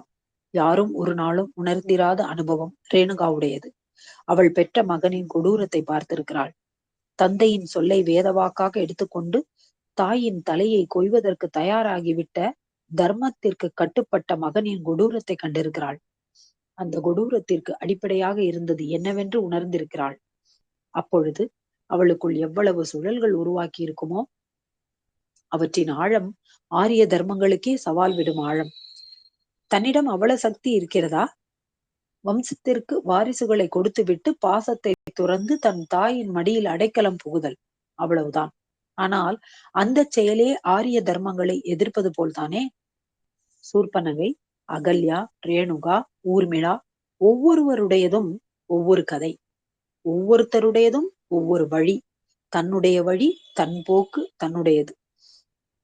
அவர்களின் அனுபவங்களிலிருந்து கற்றுக்கொள்ள வேண்டியதை கற்றுவிட்டாள். தொடக்கத்தில் எல்லோரிடமும் தனக்கு எதிர்ப்பு, கோபம். பிறகு எல்லோருடைய வாழ்க்கையிலும் வேதனை ஒன்றுதான் என்று தெரிந்த பிறகு சமரசம், நட்பு. தன்னை போன்றவர்களின் வேதனையை கேட்ட பிறகு தான் தனியல் இல்லை என்ற தைரியம். பெண்கள் சமுதாயத்தில் தானும் ஒருத்தி என்ற நினைப்பு. அது கொடுத்த தைரியத்தில் தான் அத்தனை பெரிய அபவாதத்துடன் 2 குழந்தைகளை கருவில் சுமந்தாள். அவர்களை சந்தோஷமாக வளர்த்தாள். எல்லா வித்தைகளையும் கற்றுக் கொடுத்தாள். சீதையின் எண்ணங்களை சிறகடிப்பது போல் வால்மீகி மகரிஷி வந்தார். சிதறடிப்பது போல் வால்மீகி மகரிஷி வந்தார். அவருக்கு ஆசனத்தை வழங்கி உபசரித்தாள். அம்மா, ராமன் எல்லாவற்றையும் உணர்ந்து கொண்டான். லவகுசர்களை தன்னுடைய மகன்களாக அடையாளம் கண்டு கொண்டான். அவர்களை தகுந்த முறையில் மதிப்புடன் ஏற்றுக்கொள்வதற்கு சித்தமாகிவிட்டான். வால்மீகியின் குரலில் மகிழ்ச்சி நிரம்பி இருந்தது. அவருடைய கடமையை அவர் செய்து முடித்து விட்டார். ஸ்ரீராமனின் குழந்தைகள், தன்னுடைய கதாநாயகனின் புத்திரர்கள் தன்னுடைய ஆசிரமத்தில் பயிற்சி பெற்று தந்தையிடம் ஒன்று சேரப் போகிறார்கள். தன்னுடைய காப்பியம் தந்தை மகன்களின் இணைப்புடன் சுபமாக முடியப் போகிறது என்ற உற்சாகத்துடன் இருந்தார். சீதை நிலை தடுமாறாமல், நல்லதுதான் முனீஸ்வரே என்று மட்டும் சொன்னாள். அப்பொழுது அவருடைய மகிழ்ச்சிக்கு தடை ஏற்பட்டது. சீதையின் விஷயம் முடிவாக வேண்டும் இல்லையா? தடுமாறினார். அம்மா, ராமன் உன்னை சபைக்கு வந்து சபையோர் முன்னிலையில் உண்மையை சொல்ல சொன்னான். அதற்கு பிறகு நீதான் பட்ட மகிழ்ச்சி. வீரத்தாய், ராஜமாதா. சீதைக்கு விழுந்து விழுந்து சிரிக்க வேண்டும் போல் இருந்தது. வால்மீகியின் மீது இருந்த மதிப்பின் காரணமாக கட்டுப்படுத்தி கொண்டாள். முறுவல் மாறாமல் கேட்டாள், அவ்வளவு தேவை எனக்கு இருக்கிறது என்று நினைத்தீர்களா? அந்த பிரயாசைக்கு அர்த்தம் இருக்கிறதா? வால்மீகி மகரிஷிக்கு வார்த்தைகளே வரவில்லை. ஆனால் சீதையின் திடமான தீர்மானமான அந்தரங்கம் புரிந்தது. உனக்கு எடுத்து சொல்லக்கூடிய சக்தி, துணிச்சல் எனக்கு இல்லையம்மா என்று சீதையின் தலையில் கையை வைத்து மனதிலேயே வாழ்த்திவிட்டு போய்விட்டார். லவகுசர்கள் வரும் முன்னே தன்னுடைய பயண ஏற்பாடுகள் முடிந்துவிட வேண்டும் என்று சீதை அந்த பணியில் ஈடுபட்டாள். விடைபெற வேண்டியவர்கள் நிறைய இருந்தார்கள். லவகுசர்கள் வந்து தாய் இல்லாத ஆசிரமத்தை பார்த்து திகைத்து போனார்கள். அவர்களுக்கு இப்போது எல்லாமே தெரியும். தாயை பற்றி கேட்பதற்காக வால்மீகியிடம் சென்றார்கள். வால்மீகி சீதையின் வார்த்தைகளை அவர்களிடம் தெரிவித்தார். அவர்களுக்கு முதல் முறையாக தாயின் மீது கோபம் வந்தது.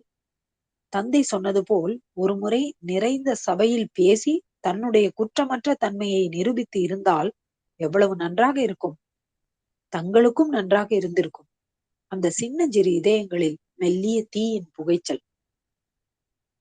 அவர்கள் இப்போது முனிவரின் ஆசிரமத்தில் வளரும் பச்சிளம் பாலகர்கள் இல்லை, ஆரியபுத்திரர்கள், அரசகுமாரர்கள், வருங்கால அரசர்கள்.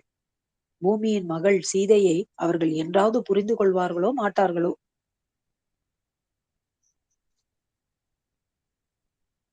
நன்றி நளி, மிக அருமையான வாசிப்பு, மிக்க நன்றி. நளி அண்ட் மச்சு 2 பேருமே ரொம்ப நல்லா வாசிச்சிங்க. இப்ப எங்களுக்கு முடியாத நேரத்துல கை கொடுக்கறதுக்கு அதை விட பெரிய நன்றி. ஓகே, இன்னைக்கு வந்து காளி நீங்க ஸ்டார்ட் பண்றீங்களா? இவங்க யாராவது ஸ்டார்ட் பண்ணேன், மச்சு மொடனா. ஓகே நளி. புதுசா 2 லிசனர்ஸ் வந்திருக்கீங்க. செந்தில் அண்ட் லிசனர் ஒருத்தர்.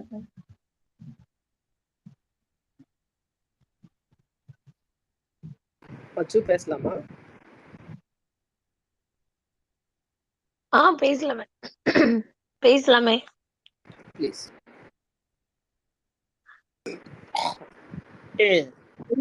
இந்த கதையும் நேத்து படிச்சது மாதிரி கொஞ்சம் ட்ரிகரிங்கா தான் இருக்குது.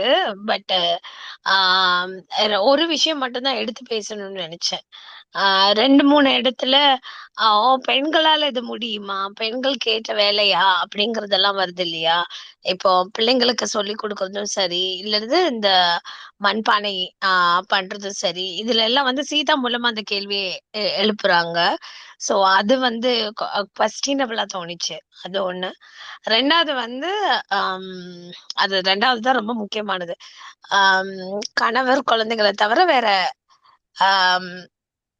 வேற உலகமே இல்லையா அப்படிங்கிற அந்த ஒரு விஷயம் வந்து இதுல திருப்பியும் எடுத்து சொல்றாங்க. அதை தவிர வேற ஒண்ணும் உனக்கு இருக்கக்கூடாது அப்படிங்கறதும் வந்து இப்ப நேத்திக்குள்ள கதையிலயும் சரி, இன்னைக்குள்ள கதையிலயும் சரி அது வருது.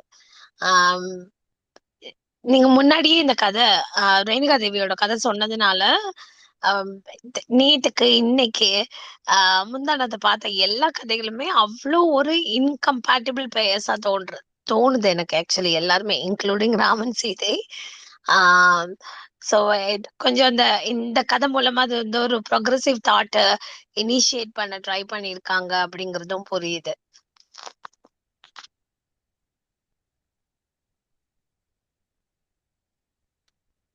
நீங்க பேச பேச திருப்பி நம்ம டிஸ்கஷனுக்குள்ள போலாம். மொடர்னா பேசுறாங்க. Thank you மொடனா. மொடனா நேத்துக்கு ஏதோ கேட்கும் போதே என்னது ரெக்கார்டர் ஸ்பேஸ்ல பேசணும் சொன்ன பாயிண்ட்ஸ் முதல்ல பேசிடுங்க. வணக்கம் மக்களே. எனக்கு கேட்கல ஸ்பேஸ், அதான் ஸ்பீக்கர் இருந்தேன். இன்னைக்கும் ஃபுல்லாக லிசன் பண்ண முடியல. மறுபடியும் தான் ரெக்கார்டிங்லேருந்து கேட்கணும். ஆமாம் நேற்று ஈவினிங் தான் கேட்டுக்கிட்டு இருந்தேன். மச்சு பேசினா கண்டிப்பாக ஏதோ ஒரு இடத்துல திரும்பி பார்த்து பேசணுன்னே தோணுது மச்சம். ஆனால் நீங்கள் பேசிட்டு இருக்கும் போது தான் அன்மியூட் பட்டனை தேடுனேன். கரெக்டாக தோணும் நல்லா தோணும். இல்ல ஐ மீன் ஆமோதிக்கிறேன், வழிமொழிகிறேன் அப்படி தோணுதுன்னு சொல்றேன். அப்ப பரவாயில்ல. மச்சோ போய் சொல்றாரு. இல்ல இந்த புக்கும் எல்லா இடத்துலயும் வந்து ட்ரிகரிங்கா இருக்கு. Triggering in the sense that அப்பலேருந்து இப்போ வர எவ்வளோ வருஷங்கள் கழிஞ்சுமே பெரிய சேஞ்சஸ் ஒண்ணும் பார்க்கலையே அப்படிங்கிறது வந்து கொஞ்சம் கஷ்டமா இருக்குது. இந்த மாதிரி விஷயத்துல கூட ஒரு செப்பரேட்டட் மதர் வித் கிட்ஸ், அந்த அந்த அந்த விஷயம் வந்து இப்பவும் அதே தான் இருக்குது. பிளஸ் வந்து யானைக்கு என்னெல்லாமோ இருக்குது, ஆனா நீ வந்து அதை கற்ப மட்டும் பாக்குற அப்படிங்கறதெல்லாம் வந்து உங்களுக்கு புரியுதா? அந்த டோன்ல தான் நான் அதை படிச்சேன். அந்த முக்கோணங்கள் அப்படின்னு சொல்றாங்கல்ல, அதுல வந்து அவளோட டேலண்ட் இருக்கு, நேர்த்தி இருக்கு, கவனம் இருக்கு, அவ்வளோ பெர்ஃபெக்டான ஒரு சிற்பம் பண்றதுக்கோ குடம் பண்றதுக்கோ இருக்கு. யானைக்கு என்னெல்லாம் என்னெல்லாமோ இருக்குது, ஆனா நீ இதுல வந்து நிக்கிற அப்படிங்கறது வந்து அந்த டோன்ல தான் அதை படிச்சேன். அதனால சிரிச்சுட்டே இருந்தேன் சில அதாவது புக்கு படிக்கும்போ ரேணுகா தேவியோட அந்த ஒரு ஏளன டோன் இருக்குல்ல, ஒரு ஒரு ஒரு அந்த அந்த டோன்லயே தான் ஃபுல்லா படிச்சுட்டு வந்தேன் ஆக்சுவலி. நீங்க பேசுங்க மேடம், நான் இடையில பூந்துட்டேன், சாரி. இல்ல இல்ல இல்ல டிஸ்கஸ் பண்ணுங்க. எனக்கும் ஸ்பெசிஃபிக்கா பாயிண்ட்ஸ் இதுல கரெக்டா உங்க ஹோல் டிஸ்கஷன் வரைக்கும் நான் ஸ்ப்ரிண்ட் பிளானிங்ல இருந்தேன்னா அதனால அட்டென்ஷன் பே பண்ண முடியல. நேத்தே நீங்க எல்லாருமே நல்லா கவர் பண்ணிட்டீங்க. அகலிகை வந்து சீதாவா இருக்கிறது தான் எக்ஸ்பெக்டேஷனா இருக்கு. இங்க ஜென்ரல் பாப்புலேஷன் எடுத்துக்கிட்டிங்கன்னா சீதா மாதிரி இருக்கவங்க தானே நிறைய பேர் இங்கே அப்படி அந்த எக்ஸ்பெக்டேஷனில் வச்சிருக்கணும்னு ஆசைப்படுற பர்சன்டேஜ் கவுண்ட் தான் அதிகமாக இருக்கும். ஸோ எக்ஸப்ஷனலாக அகலிகை மாதிரி இருக்கிறவங்க என்ன பண்ணப்படுவாங்கன்னா விமர்சனத்துக்கு உள்ளாக்கப்படுவாங்க. இல்லைன்னா ரொம்ப ரேராக தனித்துவமான ஒரு பர்சனாக காட்டிக்க ஐடென்டிஃபை பண்ணப்படுவாங்க. அது ரெண்டுமே ஆரோக்கியம் இல்லை இல்லையா? ஸோ ஒருத்தங்க இவங்க வந்து புரட்சி செய்கிறாங்க, இல்லை வேற ஒரு கருத்து தனியாக பேசுகிறாங்க அப்படின்னா அதை ஒரு ஸ்பெஷலைஸ்டு கேட்டகரிக்குள்ளே நீங்கள் பிராக்கெட் பண்ணும் பொழுதே சம்திங் காமனாக யதார்த்தமாக இருக்க வேண்டிய ஒரு விஷயம் ஸோ கால் இவங்க இது செய்து தான் தனியாக தெரியுறாங்கங்கிற ஒரு ஒரு தனிப்பட்டியலில் வைக்கும் பொழுதே அதுவே சரியா இருக்காதுல்ல. அந்த ஒரு பாயிண்ட் தான், அதை பற்றி தான் டிஸ்கஸ் பண்ணணும்னு நினச்சிக்கிட்டு இருந்தேன். நேத்தைய வாசிக்கல. அது இன்று நிறைய பேருக்கு அது ஒரு ஒரு ஒரு காமனான ஒரு விஷயம். ஸோ கணவன் வந்து சந்தேகிக்கலைனாலோ இல்லை சந்தேகிக்கிறாங்கிற ஒரு ஒரு பரிச்சயம் நடத்தப்படும் போதோ அந்த விஷயம் வெளியில தெரிஞ்சாலே வந்து ஓ இவன் ஒரு ஸ்பெஷல் இல்லையா பாத்தியா, ஒரு மனைவியை வந்து இந்த ஒரு ஜோன்ல கூட வச்சுக்காத ஒரு ஆண், அப்ப கூட அந்த கிரெடிட் அங்கதான் போய் சேருது. வச்சுக்கலாம், அவ்வளவுதான். இது வச்சுக்காத ஆண், சிறப்பு சலுகை கொடுக்குற ஆண், புரிந்து கொள்ற ஆண், எதுக்கு இந்த இவ்வளோ இப்ஸ் அண்ட் இதெல்லாம் சேர்த்துக்கிட்டு அப்படின்னு சொல்லிட்டு. ஸோ அந்த தனிப்பட்டியல்ல நான் பார்க்க விரும்பல. ஏன்னா அந்த பொதுப்பட்டியல் வந்து ரொம்ப நீளமா இருக்கு. சீதா மாதிரி இருக்கணும் அப்படிங்கிற அந்த அந்த காமன் கேட்டகரி இருக்கு பார்த்தீங்களா, அதனுடைய ரேஞ்ச் ரொம்ப அதிகமாக இருக்கு. ஸோ அது ரொம்ப நார்மலைஸ் ஆகணும். இந்த மாதிரி சகஜமாக நான் மனைவிக்கு எதையும் யோசிக்க முடியல, அவங்கள சோஷியல் மீடியா ஃப்ரீடம் இருக்கு, எழுத்து சுதந்திரம் இருக்கு, கருத்து சுதந்திரம் இருக்கு, எல்லாம் இருக்கு அப்படிங்கிறது எங்கேயும் தனிச்சு ஸ்கோர் பண்ணணுங்கிற அவசியம் இல்லைங்கிறது தான் நேற்றைய டிஸ்கஷன்ல மேபி அதிகம் பேசப்படாத ஒரு விஷயம் நினைச்சேன். அது என்னுடைய டைமென்ஷன்ல இருந்து சொல்லணும்னு ஆசைப்பட்ட ஒரு பெர்ஸ்பெக்டிவ். அது அப்படியே கடந்து போகணும், அது அது இயல்பாகவே வரணும், அந்த இயல்பாக அந்த பெர்சன்டேஜ் இன்க்ரீஸ் ஆகிட்டே போகணும். அதுதான் என்னுடைய ஆசையும் கூட. அவ்வளோதான். இன்னைய டிஸ்கஷன் நீங்கள் ஏதாவது பேசுங்க, நான் அதுலேருந்து ஏதாவது பாயிண்ட்ஸ் கேட்ச் ஆச்சுன்னா கண்டிப்பாக ஜம்ப் இன் பண்ணுறேன். ரியலி நான் ஃபுல் அட்டென்ஷனோட கவனிக்கல மக்களே. அதுதான். ஓகே, நன்றி மேடம். உங்களோட பாயிண்ட்ஸ்க்கு ஆக்சுவலாக இது வந்து ஒரு ஃபியூ நம்பர்ஸ், கொஞ்சம் பேர் தான் இப்படி திறமையோடையும் தைரியத்தோடையும் இருக்கிறாங்க அப்படிங்கிறது வந்து அந்த நம்பர்ஸ் வந்து அதிகமாகணும் அப்படிங்கிறத நீங்க சொல்லியிருக்கீங்க இல்லையா? அப்படிதானே மாடோனா? அது அதிகமானுன்னு சொல்லியிருக்கேன். அந்த ம். இருக்கிற அது நம்பர்ஸுக்கான வந்து அனுமதியும் இவங்க பெருசா எடுத்துக்க அவசியம் இல்லை அப்படிங்கிற அது அதுதான் அதையும் நான் சொல்ல வரேன் ஒரு ஆணுடைய அனுமதி பார்வையில இருந்து. அனுமதி எடுத்துக்க தேவையில்லையா? ஆஹா, அனுமதி கொடுக்கறதையே, இந்த மாதிரி சோஷியலைஸ் பண்ண விடுறதையே, சந்தேகிக்காம இருக்கிறதையே ஒரு தனிச்சிறப்பு பட்டியலா வச்சு பார்க்கணும்னு ஒரு ஒரு அவசியம் இல்லைங்கிற. அதுதானே நேச்சரா இருக்கணும். உனக்கு எல்லாமே யார் கிடைக்கப்பட்டிருக்கு. இல்ல யார் பார்க்கணும்? ஒரு ஆணுடைய பார்வையில இருந்து சொல்றேன். Okay okay. இல்ல இல்ல எங்க ஓகே. அதாவது இப்ப வந்து அகல்யா மேல வந்து கௌதம முனிவர் அதுக்கப்புறம் அந்த சந்தேக பார்வை போயிருந்தாலோ, அல்லது ரேணுகா தேவியோட ஹஸ்பண்ட் அந்த ஆள் வந்து கொஞ்ச நேரத்துக்கு அப்புறம் அவருக்கு தெரிய வருது இவங்க வந்து தப்பு பண்ணல, கற்போட தான் இருக்காங்க அப்படின்னு பின்னாடி சந்தேக பார்வை போகுது. அந்த மாதிரிலாம் எதுவும் இல்லாம சந்தேக பார்வை அப்படிங்கிறதே இல்லாம இருக்கிறதும், அல்லது இது பத்தி கேள்வி கேட்கிற அந்த அந்த விஷயமே இல்லாம இருக்கிறதும் ஆண்களுக்கு இருக்கணும். அது அப்படி இருக்கிறது ஒரு பெரிய சிறப்பான ஒரு விஷயமா இல்ல. அது நேச்சுரல். அப்படி சொல்ல வரீங்க இல்லையா மேடம்னா?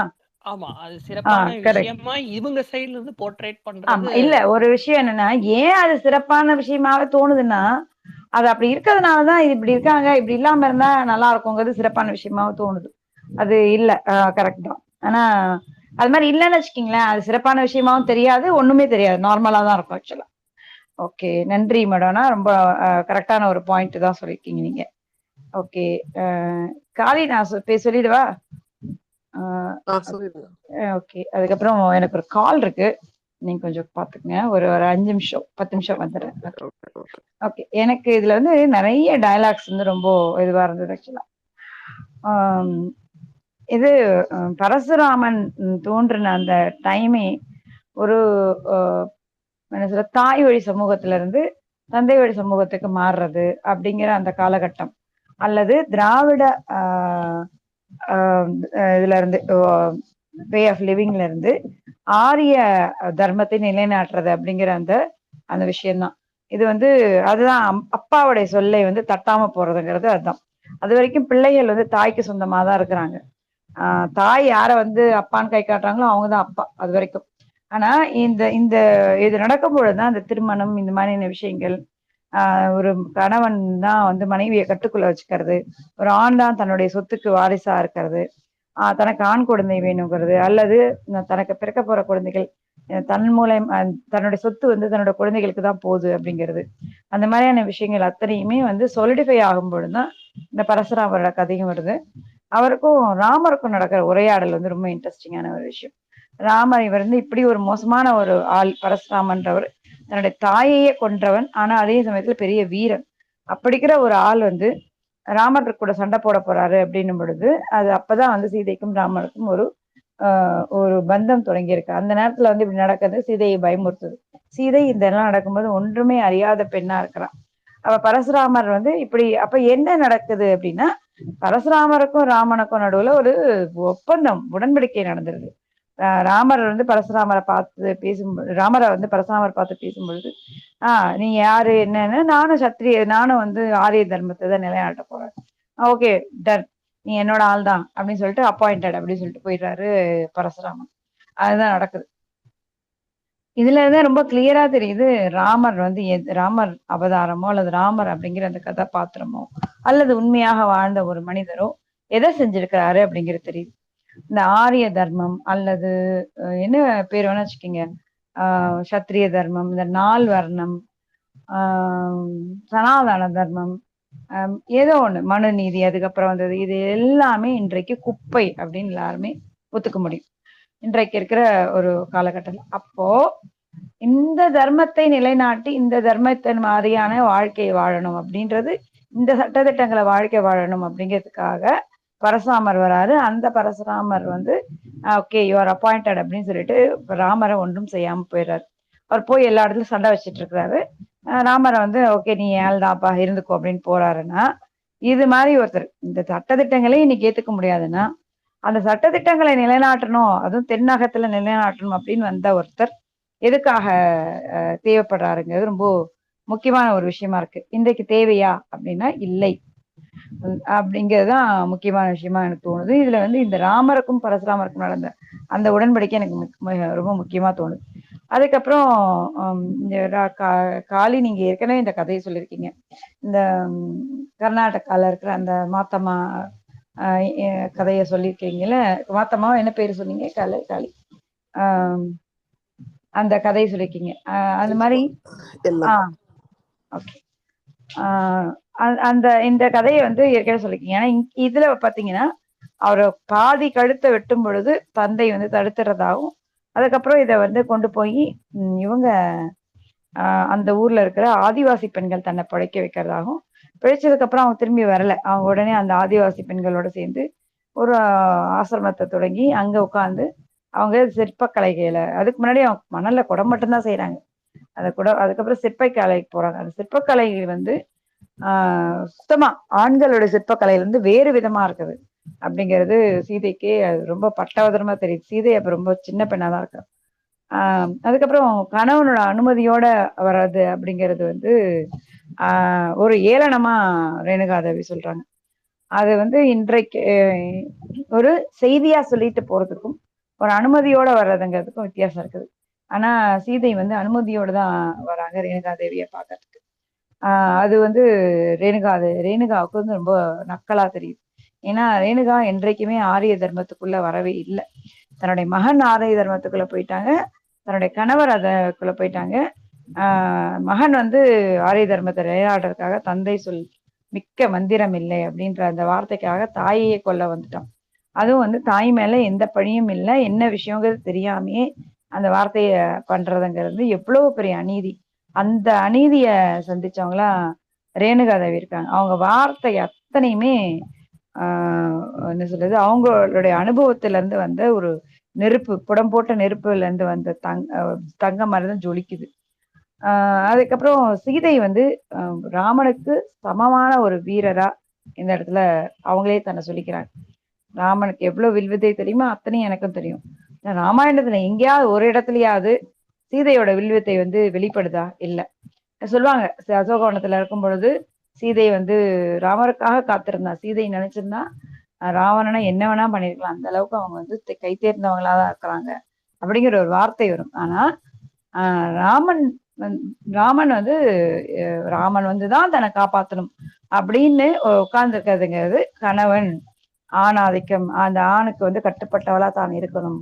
அப்படி இருக்கிறது மூலமாக ஆரிய தர்மத்தை வந்து காப்பாத்துறாங்க அவங்களுமே அப்படிங்கறதுதான் அதுல உண்மை. ஒரு கஷ்டம் ஒரு பிரச்சனைன்னு வரும் பொழுது ஏத்து சண்டை போட்டு பிரச்சனையை முடிப்பாங்களா? போய் அங்க போய் உட்கார்ந்துட்டு இருப்பாங்களா? அதுவும் ராமன் தான் பண்ணணும். அதுக்கப்புறம் வந்ததுக்கு ராமன் என்ன கேட்கிறாரு, நீ இத்தனை நாள் இங்க இருந்தியே, அத வந்து உன்னோட கற்ப நிரூபிச்சுவா அப்படின்னு கேட்கிறாரு. அதுக்கும் உடன்படுறாங்க. அவங்க வலிமையானவங்க, கற்ப நிரூபிக்கிறேன்னு சொல்லிட்டு வந்து தீயில இறங்குறேன்னு சொல்லிட்டு தீயில இறங்குறாங்களே, எதுலயும் இறங்குறாங்க. அந்த கேள்விக்கு பதில் சொல்ல வேண்டிய அவசியம் கூட இருந்திருக்காது. இவங்க அந்த இடத்துல நின்று சண்டை போட்டுட்டு போயிருந்தாங்கன்னா, தன்னைத்தானே காப்பாத்திக்கிறது அப்படிங்கிறது சீதைக்கு கைவந்த கலையா இருக்கு. அது அவங்க பயிற்சி எடுத்துட்டு இருக்காங்க. அப்ப எடுத்துட்டு இருந்த அந்த நேரத்துல இருந்து திடீர்னு ஒரு ராமன் அப்படிங்கிற ஒரு கேரக்டர் வந்த உடனே அத்தனை விதிகளும் தலைகீழா போயிடுறதுங்கிறது இந்த டிரான்சிஷன், இந்த நார்மலான ஒரு லைஃப்ல இருந்து இப்படியான சட்டதிட்டங்கள், பெண் வந்து ஆணுக்கு கட்டுப்பட்டவளா இருக்கணும், தான் பெற்ற குழந்தைகளை ஆணுக்கு விட்டு கொடுத்துட்டு வந்துடணும் அப்படிங்கிறதோ, அல்லது அந்த கேள்விகள் அப்ப தொடங்குது இல்லையா, தன்னுடைய தந்தை யார் அப்படிங்கிற அந்த கேள்வி தொடங்குறதுங்கிறது, தந்தையோட போகணும் பிள்ளைகள் அப்படிங்கிற அந்த அந்த சொல்லாடல் வந்து அங்க ஆரம்பிச்சிருது அப்படிங்கிறது எல்லாமே இதுல வந்து ரொம்ப கிளியரா ஸ்டார்ட் பண்ணி போயிட்டே இருக்கிறாங்க. அப்புறம் அந்த மணல் சைத்த கும்பம் செஞ்சு கொடுக்குறாங்க. அந்த வந்து சீதை கிட்ட சொல்லும் பொழுது இப்படிதான் கற்புங்கிறதும் அப்படிங்கிறதும், ரேணுகாதேவி வந்து அந்த 3 விஷயங்களையும், தன்னுடைய கணவர், தன்னுடைய மகன், தன்னுடைய குடும்பம் அத்தனைக்கும், அப்புறம் தன்னுடைய அந்த சிற்பக்கலை எத்தனையும் ஒரே மனதுல தோன்றும் பொழுது எது தனக்கு தேவை அப்படிங்கிறத, எது தேவை எது தேவையில்லை அப்படிங்கிறதும் ரொம்ப அழகா ஒரு எடை போட்டு பார்த்து வெளியில வர மாதிரியும். அதுக்கப்புறம் இன்னொரு விஷயம், அந்த ஒரு பெண் வந்து திருமண பந்தத்துக்குள்ளதான் குழந்தை பெற்றுக்கணும் அப்படின்னு வரும்பொழுதுதான் ஆணுக்கு வந்து குழந்தைகள் கட்டுப்பட்டவர் ஆயிடுறாங்க, ஆணோட வாரிசு ஆயிடுறாங்க. ஆனா அது இல்லாத பொழுது பெண் தான் அதுக்கான அதுக்கான என்ன சொல்றது ஒரு ரெஸ்பான்சிபிலிட்டி எடுத்துக்கிறாங்களாவோ, அல்லது பெண்ணுடைய உடைமைகளாகவோ குழந்தைகள் இருப்பாங்க. பெண் விடும் பொழுது விட்டுட்டு போலாம். சீதைக்குமே வந்து இந்த அளவுக்கு வில்வித்தை கற்றுட்டு இருந்தாலும் அவங்களுக்கு அதிகாரத்துல எந்த ஆசையும் இல்லை. ரேணுகாவுக்கும் எந்த ஆசையும் கிடையாது. இதுல ஆசை இருக்கிறது அத்தனையும் ராமரும் ராமரை சார்ந்த அவங்களும் மட்டும்தான். அதுக்கப்புறம் வர பிள்ளைகள் மட்டும்தான் அதுல பரசுராமர் இவங்களாம் அத அதிகாரத்தின் மேல நம்பிக்கை வச்சிருக்காங்க. அதிகாரத்து தேவைன்னு நினைக்கிறாங்க. பெண்களுக்கு அது தேவையில்லை. எப்ப வேணாலும் விட்டு கொடுக்கவும் முடியும். அதே நேரத்துல அவங்களுடைய குழந்தைகளாகவும் வளர்க்க முடியும். அதுல இருந்து திடீர்னு ஆண்கிட்ட போயிருதுங்கிறது வந்து தேவையில்லாத விஷயம். ஆனா சீதைக்கு வந்து அது புரியல. அப்ப வந்து விலங்குகள் போல நம்ம வாழணும்னு ஆசைப்படுது. முதல் விஷயம் இது இன்றைக்கு வரைக்கும் இந்த கேள்விதான் கேட்பாங்க. இந்த எல்ஜிபிடி ஆகட்டும் அல்லது வேற ஏதாவது ஒரு கல்யாணம் பண்ணிக்க வேண்டாம் ஆசெக்சுவல் அப்படி ஏதாவது விஷயம் வந்தாலும் அல்ல திருமணத்து பந்தத்துக்குள்ள இருப்போம் ஆனா குழந்தைகள் வேண்டாம் அப்படிங்கிற முடிவு எடுத்தா இந்த உலகம் முடிஞ்சிடாதா அப்படின்னா எல்லாரும் அப்படி ஒரு முடிவு எடுக்க போறாங்களா? யாருக்காவது ஒருத்தவங்களுக்கு வந்து குழந்தை பெற்றுக்குன்னு தோணாதா? அது போதாதா அப்படிங்கிற அந்த புரிதல்லாம் இருக்காது. ஏதோ எல்லாரும் பிறந்ததுடன் கடமை இத முதல்ல இந்த லௌகீக வாழ்க்கையை வாழ்ந்து கணவன் மனைவியா இருந்து அதுக்கப்புறம் ஒரு குழந்தைகள் பெற்று அந்த குழந்தைகள் வளர்த்து அது செஞ்சாதான் அது பெண்ணோட வாழ்க்கை முழுமையும். ஆணுக்கு அப்படி எல்லாம் இல்லைன்னா கூட பரவாயில்ல. ஆணுக்கு வந்து வேற தேடல் இருக்குது. ஒரு பெண்ணோட தேடல் வந்து அகம் நேற்று வந்த மாதிரி அகத்துக்குள்ளேயே முடங்கிறது தான் பெண் முழுமை அடையறா அப்படிங்கிறது. இது வேற இந்த 10% பெண்ணு 20% பெண்ணு 100% பொண்ணுன்னு ஒரு கதையெல்லாம் கட்டியெல்லாம் விட்டுருப்பாங்க இந்த சினிமால வேற. அந்த அது எல்லாமே வந்து ரேணுகா கேள்வி கேட்கிறாங்க. அப்போ திருமண பந்தம் இல்லைன்னா இனப்பெருக்கம் அப்படின்ற காட்டுல இருக்க விலங்குகள்லாம் திருமணமா பண்ணிக்குது அப்படின்னு கேட்கும்போது விலங்குகள் மாதிரி வாழணும்னு நினைக்கிறீங்களா? இதே கேள்வி பெரியார் கேட்டிருக்க. உனக்கு வேண்டான்னு நீ கர்ப்பப்பை எடுத்துரு. பெரியாரோட காலத்துல கர்ப்பப்பை எடுக்கிற அளவுக்கு வசதி வந்துருச்சு. உடனே எல்லாரையும் இப்படி சொல்றாரு பெரியார்னு எல்லாரையும் சொல்லல. இப்படி ஒரு 4 பேர் பண்ணி காட்டினாதான் ஒரு அல்லது பண்றோமோ பண்ணலையோ ஈவன் ஒரு பீரியட்லாம் வந்து திருமணத்துக்கு முன்னாடி கர்ப்பப்பையில ஏதாவது கட்டி இருந்தா கூட அதை மறைச்சு கல்யாணம் பண்ணணும் அல்ல பல்ல இப்படிலாம் நிறைய பிற்போக்குத்தனமான விஷயங்கள். இன்றைக்கு கர்ப்பப்பை இல்லைனாலும் ஒரு பெண் வந்து கல்யாணம் பண்ணிக்க முடியும். அல்லது எல்ஜிபிடியா இருந்தாலும் ஒரு கல்யாணம் அல்லது ஒரு உறவில் ஈடுபட முடியும். திருமணம்ங்கிறது திருமணம் மட்டுமே இல்லை. ஒரு உறவில் ஈடுபட முடியும் அப்படிங்கிற லெவலுக்கு வந்து இன்னைக்கு உலகம் வந்து வேற லெவல்ல முன்னேறி போயிருக்கிறது ஒரு வரவேற்கப்பட வேண்டிய விஷயம். இதுதான் பெரியார் அன்னைக்கு சொன்னதும். வேணும்னா ஒரு பெண் தனக்கு என்ன வேணும்ன்ற ஒரு முடிவு எடுக்கிற ஒரு சமுதாயம் மாறும்போதுதான் இவ்வளவு கொடுமைகள் இவ்வளவு பிரச்சனைகள் தேவையில்லாதது. அந்த முனிவர் தப்பு பண்ணிட்டாரு. அந்த முனிவருக்கு என்ன தண்டனை? அப்ப முனிவரோட தலையில கொய்திருக்கணும் இல்லையே. எல்லாம் ஒற்றும் துறந்த முனிவருக்கு வந்து அவங்களோட கற்பை மேல அந்த குடம் சரியா வரலான்னு இப்படி ஒரு இதுவா? இது வந்து இன்றைக்கு வரைக்கும் இருக்குது. எத்தனை பேருக்கு தெரியும் தெரியாது. இந்த பொங்கல் பானை வைக்கும் பொழுது புதுசா மண் அடுப்பு செய்வாங்க. அந்த மண் அடுப்புல வந்து உடஞ்சிடுச்சுன்னா வீட்டுல ஏதோ கெட்டது நடக்க போகுது அப்படி இப்படின்னு செய்வாங்க. அதுக்கு மேல ஒண்ணு சப்போஸ் அந்த கணவனுக்கு வந்து மனைவி மேல சந்தேகம் இருந்ததுன்னா நீ ஒழுக்கமா இல்ல அதனாலதான் இன்னைக்கு இந்த வாட்டி அடுப்பு சரியா வரலன்னு. ஆனா அடுப்பு செய்யறது யாருன்னு பாத்தீங்கன்னா ஆம்பளைங்க தான் முக்கால்வாசி செய்வாங்க. பெண்கள் ரொம்ப கம்மியா தான் செய்வாங்க. சின்ன அடுப்புகள் மட்டும்தான் பெண்கள் பண்ணுவாங்க. பெரிய அடுப்பு ஆண்கள் தான் முக்கால்வாசி பண்ணுவாங்க. ஆனா இதுல செய்யற ஆணுடைய கற்பை பத்தி கேள்வியே வராது. பெண்ணுடைய கற்பை பத்தி தான் கேள்வி வரும். இன்றைக்கு வரைக்கும் இந்த மணல் சம்பந்தப்பட்ட விஷயம் ஏதாவது ஒண்ணு உடைஞ்ச உடனே வந்து பெண்ணோட கற்போட சம்மந்தப்படுறதுக்கு இன்றைக்கு வரைக்கும் இருக்கு. இதுலயும் வந்து இந்த மணல் கும்பம் வந்து உடைஞ்ச உடனே ரேணுகாவுக்கு ஒரு பயம் வந்துருது. சீதையோட வாழ்க்கை என்ன ஆகும்? ஆனா நீ தைரியமா உன்னுடைய பலம் உனக்கு வந்து துணை சேர்க்கும். அவங்களோட பிசிக்கல் ஸ்ட்ரென்த் அவங்க வந்து ஞாபகப்படுத்துறாங்க. உனக்கு என்னைக்குமே துணை சேர்க்கும் அப்படின்னு சொல்லிட்டு சொல்றாங்க. அப்போ அந்த கவனம் சிதறதுக்கு காரணம் வந்து ஒரு ஆணை பார்த்தது அப்படின்னு இதுல வருது.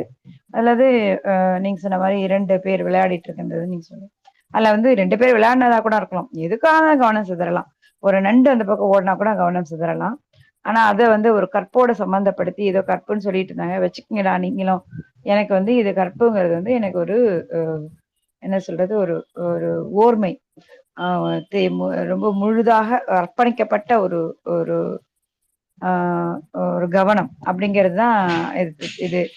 அதை வந்து இவங்க அது கற்போட சேர்த்து வச்சாச்சு அப்படிங்கிறது வந்து எவ்வளவு பெரிய கிண்டலா இருக்குது.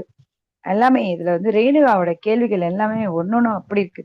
அதுக்கப்புறம் ரேணுகா வந்து ஒரு மான்களை போல உன்னுடைய குழந்தைகளை வளன், அதுதான் கரெக்டா அப்படியே வளர்க்குறாங்க. வில்வித்தை சொல்லிக் கொடுக்கறதுல இருந்து எல்லாத்தையுமே செஞ்சு முடிக்கிறாங்க. ஆனா ஒரு விஷயம், எந்த அளவுக்கு ராமனும் இவங்க சேர்ந்து வாழ போறது கிடையாது இனிமேல் அப்படிங்கிற ஒரு முடிவுக்கு வந்ததுக்கு அப்புறம் ஒரு தாயாக ராமனை பற்றி எந்த கடும் சொல்லையும் சீதை சொல்லவே இல்லை. பிடிக்காம கூட போயிருக்கலாம், ஈஸியா சொல்லியிருக்கலாம்.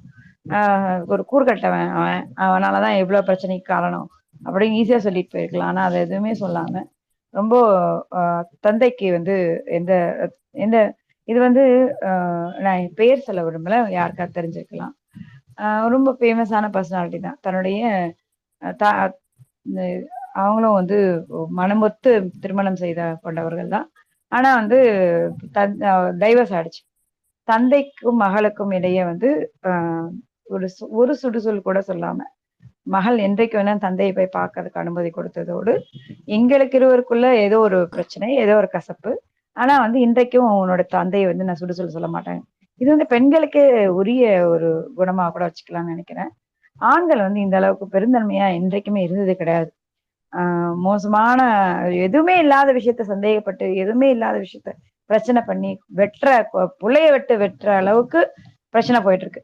ஆனா பெண்கள் வந்து எதையுமே வந்து மோசமா சொல்றது கிடையாது. அதுக்கப்புறமும் இன்றைக்கு இருக்கிற பெண்கள் வந்து ரொம்ப எந்த அளவுக்கு பிரச்சனை போனா கணவனை திட்டுறாங்க புரிஞ்சுக்கணும். வழக்கமாகவே பெண்கள் வந்து தன்னுடைய குழந்தைகளுக்கு தந்தையாக இருக்கிற ஒருத்தரை, தன்னுடைய தன் உறவில் இருந்த ஒருத்தரை கேவலமா சொல்றதுக்கு விரும்ப மாட்டாங்கிறத புரிஞ்சுக்கணும்.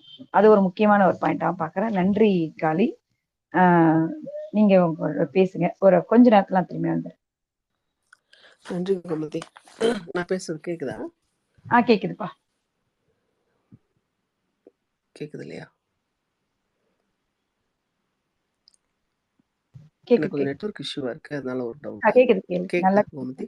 நல்லா கேக்குது. கேக்கலையோ? கேக்குதா? கேக்குதுன்னு கோமதி போடுறாங்க. Okay okay. நளி வெளியில இருக்காங்களாமா, பேச முடியலன்னு சொல்லிட்டு மெசேஜ் அனுப்பிச்சிருந்தாங்க. தேங்க்யூ நளி, நாளைக்கு கண்டிப்பா பேசணும். நீங்க நிறைய டயலாக்ஸ் வந்து எண்ணத்தோட ரேணுகாதேவி சொல்றது வந்து ரொம்ப நல்லா இருந்தது. ஞானம் பெற்ற முனிவர், முக்தி பெற்ற முனிவர், அத்தனையும் தெரிந்த முனிவர். ஆனா அந்த ஒருத்தவங்கள்ட்ட அதாவது ஒருத்தவங்கள சந்தேகப்படுறதா இல்லையா அப்படின்றது உறுதியா தெரியாத அப்படின்னு அர்த்தம் வர மாதிரி ஒரு சென்டென்ஸ்லயும், அதே சென்டென்ஸ்ல அனைத்தையும் துறந்த முனிவர், ஆனா மனைவியின் கற்பின் மீது மட்டும் தீராத பற்று கொண்டவர் அப்படின்றதையும் ரொம்ப எள்ளலோடு சொல்லியிருப்பாங்க. அது ரொம்ப ஒரு அந்த அந்த காலகட்டத்துடைய கேரக்டருக்கு ரொம்ப ஸ்ட்ராங்கா இப்போ பேசுற ஒரு ஃபெமினிசம் மாதிரி இல்லாம அழகா எள்ளலோட மைல்டா அந்த காலம் தாண்டிய ஒரு பெண்ணியம் பேசுறாங்களோ ரொம்ப காலத்துக்கு முந்தைய அப்படின்ற மாதிரியான ஒரு உணர்வு வந்துடாம மைல்டா ஆனா ரொம்ப ஸ்ட்ராங்கா ஷார்ப்பா இந்த கதாபாத்திரங்கள், சூர்பனகை கேரக்டர் ஆகட்டும், அகலிகை ஆகட்டும், இப்போ இன்னைக்கு ரேணுகாதேவி ஆகட்டும், ரொம்ப நல்ல அந்த அவங்களுக்கு வச்சிருக்கிற டைலாக்ஸ்லாம் ரொம்ப நல்லா இருந்தது. விலங்குகளுக்கும் நமக்கு என்ன வித்தியாசம் அப்படின்னு சொல்லிட்டு சீதை கேட்குறாங்க. அப்பயும் அவங்க சொல்ற இது வந்து என்ன விலங்குகள், விலங்குகள் உணர்வுகளுக்கு ஏற்ப நடந்துக்குது, மனுஷன் எதுக்கு ஏற்ப நடந்துக்கிறான், யாரோ எழுதி வச்சுட்டு போன எழுத்தை ஃபாலோ பண்றதுதான் நாகரீகமா, அந்த நாகரீகத்தினுடைய மமதை நமக்கு தேவையா அப்படின்றத அவங்க வந்து கேள்வி கேட்குறாங்க. அப்புறம் அந்த மண் குடத்தை பத்தி பேசும்போது அந்த மண் குடத்தையும் கற்பையும் ஈக்குவேட் பண்றாங்க. அது எப்ப வேணா உடையலாம், உடையறதுக்கு 1000 காரணம் இருக்கலாம். அதாவது கற்புக்கு ஈக்குவேட் பண்ணல, கற்பின் மீது மற்றவங்க வச்சிருக்கிற பிம்பம் அதை ஈக்குவேட் பண்றாங்க. கற்பை பத்தி அவங்க பேசவே இல்லை, அந்த பிம்பத்தை மற்றவங்க அந்த கற்பின் மீது வச்சிருக்கிற பிம்பத்தை பத்தி பேசுறாங்க. எப்போ வேணா ஒரு மணற்குடம் உரையலாம் இல்லையா, அதற்கு காரணம் 1000 இருக்கலாம். மணலாக இருக்கலாம், நீர் இல்லாத சாரி சுடாது மணல். ஸோ நீரும் மணலும் சேர்த்து ஸோ நீரின் காரணமாக இருக்கலாம், மணலின் காரணமாக இருக்கலாம், அன்றைய காற்று அதிகமாக அடித்து கொண்டிருக்கலாம், அல்லது ஏதோ மணற்குடம் செய்து கொண்டிருக்கும் ரேணுகா தேவிக்கு பசிக்கலாம், ரேணுகா தேவிக்கு ஒன் பாத்ரூம் வரலாம், ரேணுகா தேவிக்கு அன்னைக்கு மாதவிடாயா இருக்கலாம், என்னவா வேணா இருக்கலாம். ஆனா அந்த இடைஞ்சலுக்கு 1000 காரணம் இருக்கலாம். அந்த மண்குடம் சேராம போறதுக்கு, அந்த மண்குடம் முடஞ்சி போறதுக்கு 1000 காரணங்கள் இருக்கலாம். எப்படி மண்குடம் செய்வது?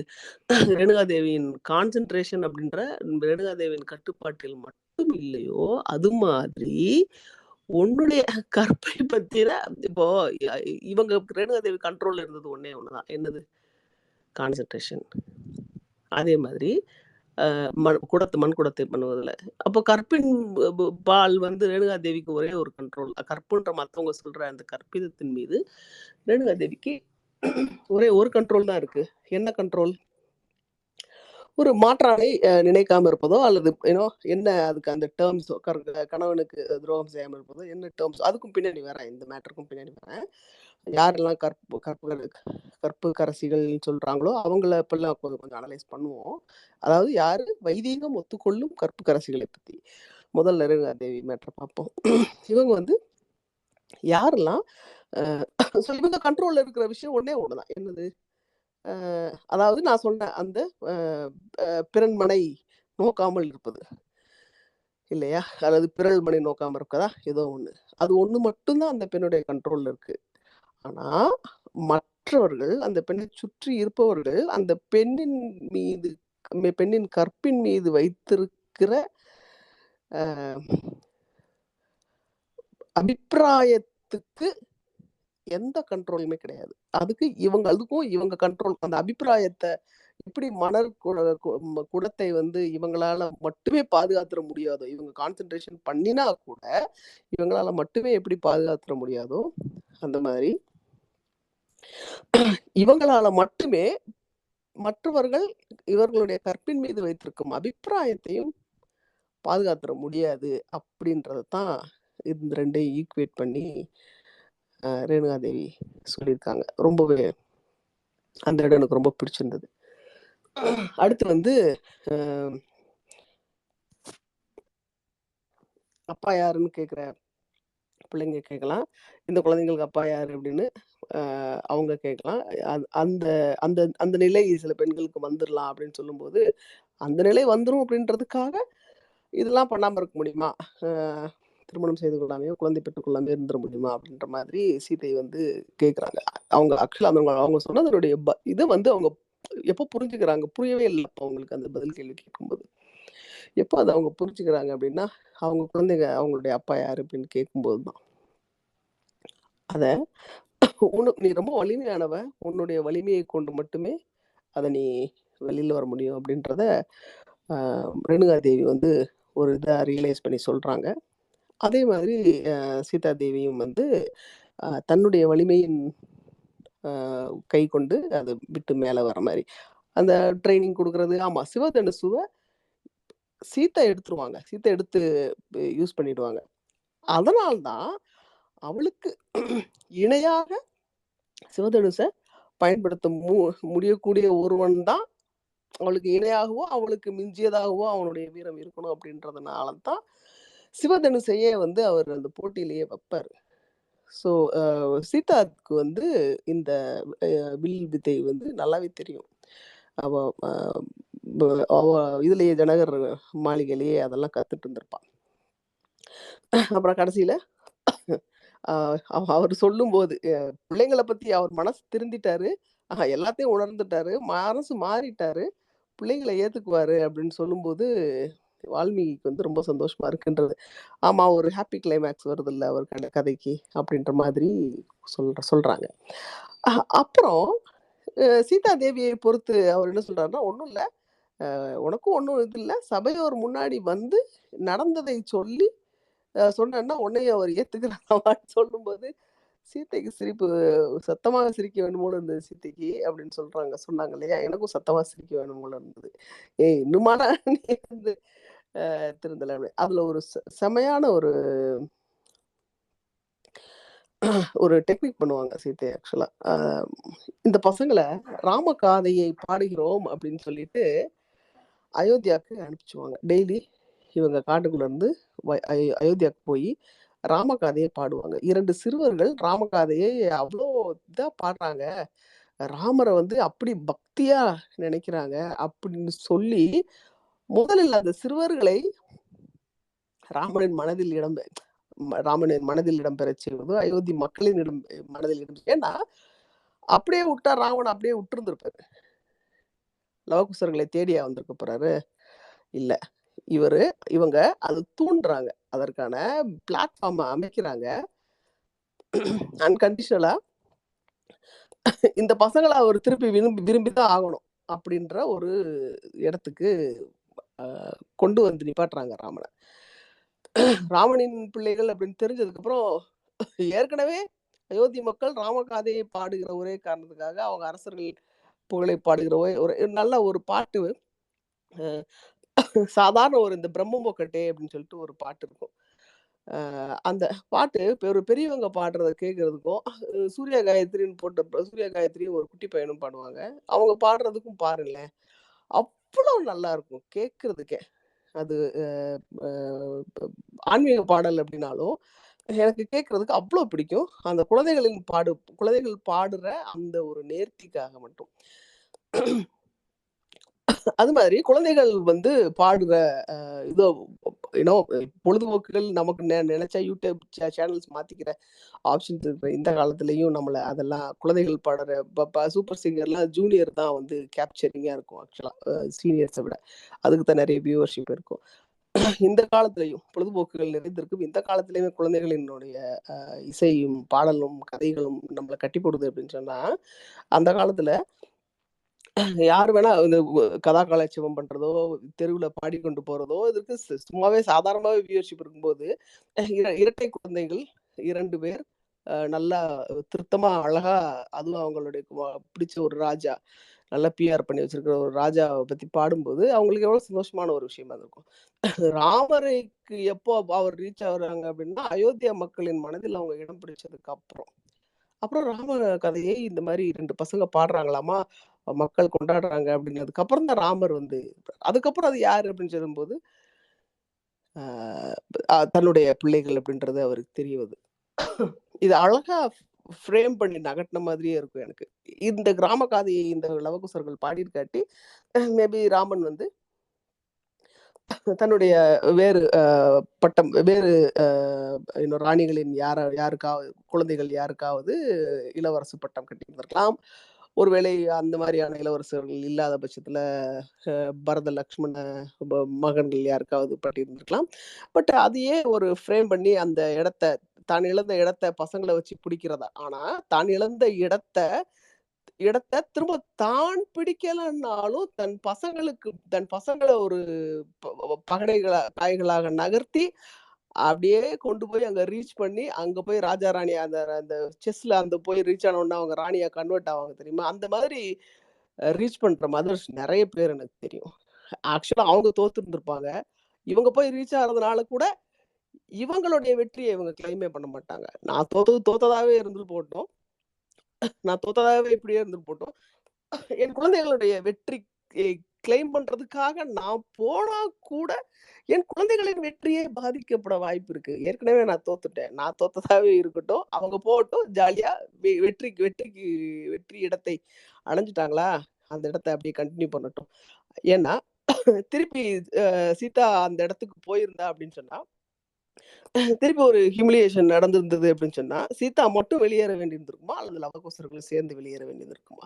சீதா அவனுடைய கற்பை பத்தி திருப்பி கேள்வி வரும்போது, இப்போ லவகுசர்கள் ராமரனுடைய பிள்ளைகள் தான் அனைவரும் ஒத்துக்கொண்ட போது, நாளைக்கு சீதாவனுடைய இது ஸ்டேட்டஸ் இன்னும் கொஞ்சம் டவுன்ஃபால் ஆகும்போது, லவகுசர்களுடைய தந்தை யார் அப்படின்னு சொல்லிட்டு ஒருவேளை ராமரே கேட்கிற ஒரு நிலைமை வந்துருச்சு அப்படின்னா, அதனாலதான் அந்த வெற்றி இடத்துக்கு பக்கத்துல சீதா தன்னை கொண்டு போய்க்காம லவகுசர்களை மட்டும் அனுப்பிச்சு வச்சு, ஜெயிச்சிட்டியா போடா, நீ ஜெயிச்சா நான் ஜெயிச்ச மாதிரி அப்படின்னு ஸ்டே பேக் பண்ணிட்டாங்களோ அப்படின்றதும் கூட நான் நினைச்சேன்.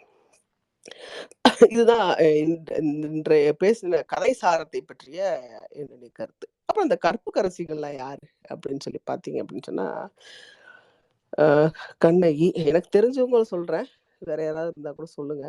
கண்ணகி, ஆக்சுவலி இப்போ இந்த ஸ்பெஷல் ஐட்டம் என்ன அப்படின்னு சொன்னா, யாருக்காவது ஏதாவது ஒரு ஸ்பெஷல் ஸ்கில் இருந்தது பெண்கள்ல யாருக்காவது ஏதாவது ஒரு ஸ்பெஷல் ஸ்கில் இருந்ததுன்னா உடனே அவ கற்பு கூட கனெக்ட் பண்ணிடுவாங்க. மண்ணுல இது குடஞ்செய்றாளா, கருப்பு தான். சூரியனை நிப்பாட்டுறாளா, கருப்பு தான். ஒரு ஒரு சிட்டியை எரிச்சிடுறாளா, கருப்பு தான்.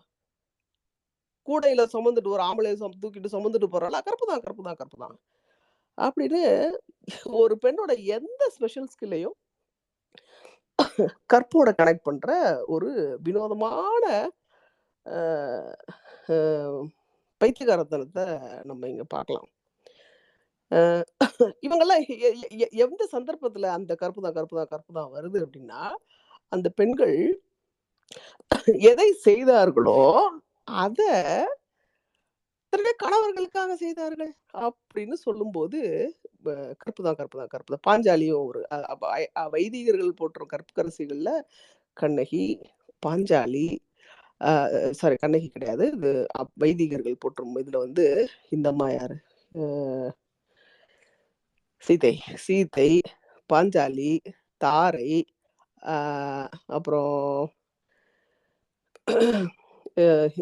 ராமனுடைய மனைவி மண்டோதரி, இவங்கெல்லாம் இருக்காங்க. இதுல உண்மையிலேயே நான் வந்து இவங்களை யாரையுமே நான் ஜட்ஜ் பண்ணல. அவங்க எப்படி இருந்தாலும் அப்படிதான், கரெக்ட் தான் அப்படின்னு தான் நான் சொல்ல போறேன். ஏன்னா அது அவங்கவுங்க வாழ்க்கை, அவங்கவுங்களுடைய இது. ஆனா வைதிகர்களுடைய கூற்றுப்படி ஓகே, இவங்க கற்பு அப்படின்ற இத ஒழுவாம இருந்தாங்களா அப்படின்றத பார்த்தோம் அப்படின்னா, உண்மையிலேயே நான் சொல்றேன், தாரை வந்து கற்புக்கரசியில வச்சிருக்கிறாங்க, வைதிகர்கள் போற்றும் கற்புக்கரசிகள்ல. தாரை யாரு அப்படின்னா வாலியினுடைய மனைவி. வாலி இறந்ததுக்கு அப்புறம் சுக்ரீவன் கூட திருமணம் செய்து சுக்ரீவன் கூட வாழ்ந்தாங்க. இவங்க ஏன் கற்புக்கரசி லிஸ்டுக்கு போனாங்கன்னு எனக்கு தெரியல. நம்பர் 1. நம்பர் 2, பாஞ்சாலி திருமணத்துக்கு முன்னாடியே கர்ணனை பார்த்து விருப்பம் கொண்டாள் அப்படின்ற கூற்று கிருஷ்ணனின் வாயிலிருந்தே வருவதாக வியாச பாரதத்துல இருக்கு. அப்படின்னு சொல்லும்போது இது வைதிகர்கள் சொல்ற அந்த கற்பு நிலையா அப்படின்னு சொல்லி பாத்தீங்கன்னா அதுவும் கிடையாது. அகலிகையும் அந்த வைதிகர்கள் போற்றும் கற்புக்கரசிகள்ல அகலிகையும் இருக்காங்க. நம்ம பார்த்தோம், வால்மீகி ராமாயணத்திலயும் சரி, கம்ப ராமாயணத்திலயும் சரி, எல்லா ராமாயணத்திலயும் என்ன இருக்கு அப்படின்னு சொன்னா, அகலிகை வால்மீகி சொல்றது வந்து அவங்க விருப்பத்தோட இந்திரனோட இணைந்தாங்க அப்படின்னு சொல்றது, கம்பர் சொல்றது ஹாஃப்வே த்ரூல அவங்களுக்கு தெரிய வந்தது. அது எப்படி இவருக்கு தெரியும் தெரியல, ஹாஃப்வே த்ரூல இவங்களுக்கு தெரிய வந்தது. அண்ட் ஷி கெப்ட் குவைட் அப்படின்றதுதான் அது. அண்ட் பூத உடலை தான் இழந்தாங்க, ஏன்னா புனித உடலை இழக்கல அப்படின்றதெல்லாம் வந்து கம்பருடைய கூற்று. ஆனாலும் அகலிகையும் வந்து ஒரு கற்புக்கரசியாக வைதிகர்கள் போற்றும் கற்புக்கரசிகள் 5 பேர். இப்ப நான் சொன்ன 5 பேர். மண்டோதரி ஓகே. அப்போ இவங்க சொல்ற கற்பு அப்படின்றதனுடைய விஷயம் என்ன அப்படின்னு சொன்னா, தன்னுடைய கணவன் யாரோ அந்த கணவனுக்காக அவங்க ஒரு சில விஷயங்கள் செய்ய நேர்ந்து தங்களுடைய ஸ்பெஷல் கேரக்டர்ஸ் இருக்கு பாத்தீங்களா, ஸ்பெஷல் ஸ்கில்ஸ் இருக்கு பாத்தீங்களா.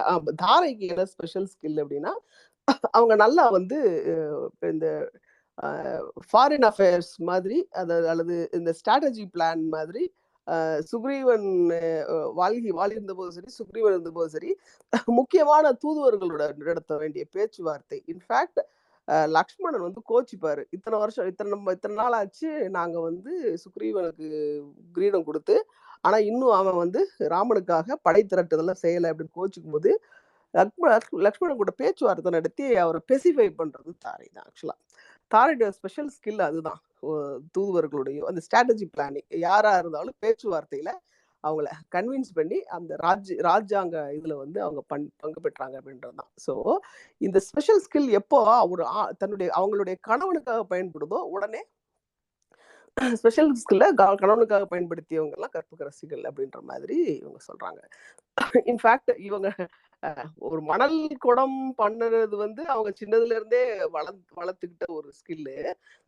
ஆனா அந்த மணல் குடத்துல தண்ணி எடுத்துட்டு வந்து ஜமதக்னி முனிவருடைய வேள்விகளுக்கு உதவி செய்யும் காரியங்களை அவங்க செஞ்சாங்க அப்படின்றதுனால அகலிகை வந்து அந்த கற்புக்கரசி அப்படின்ற ஒரு கான்செப்டுக்கு அவங்க போறாங்க.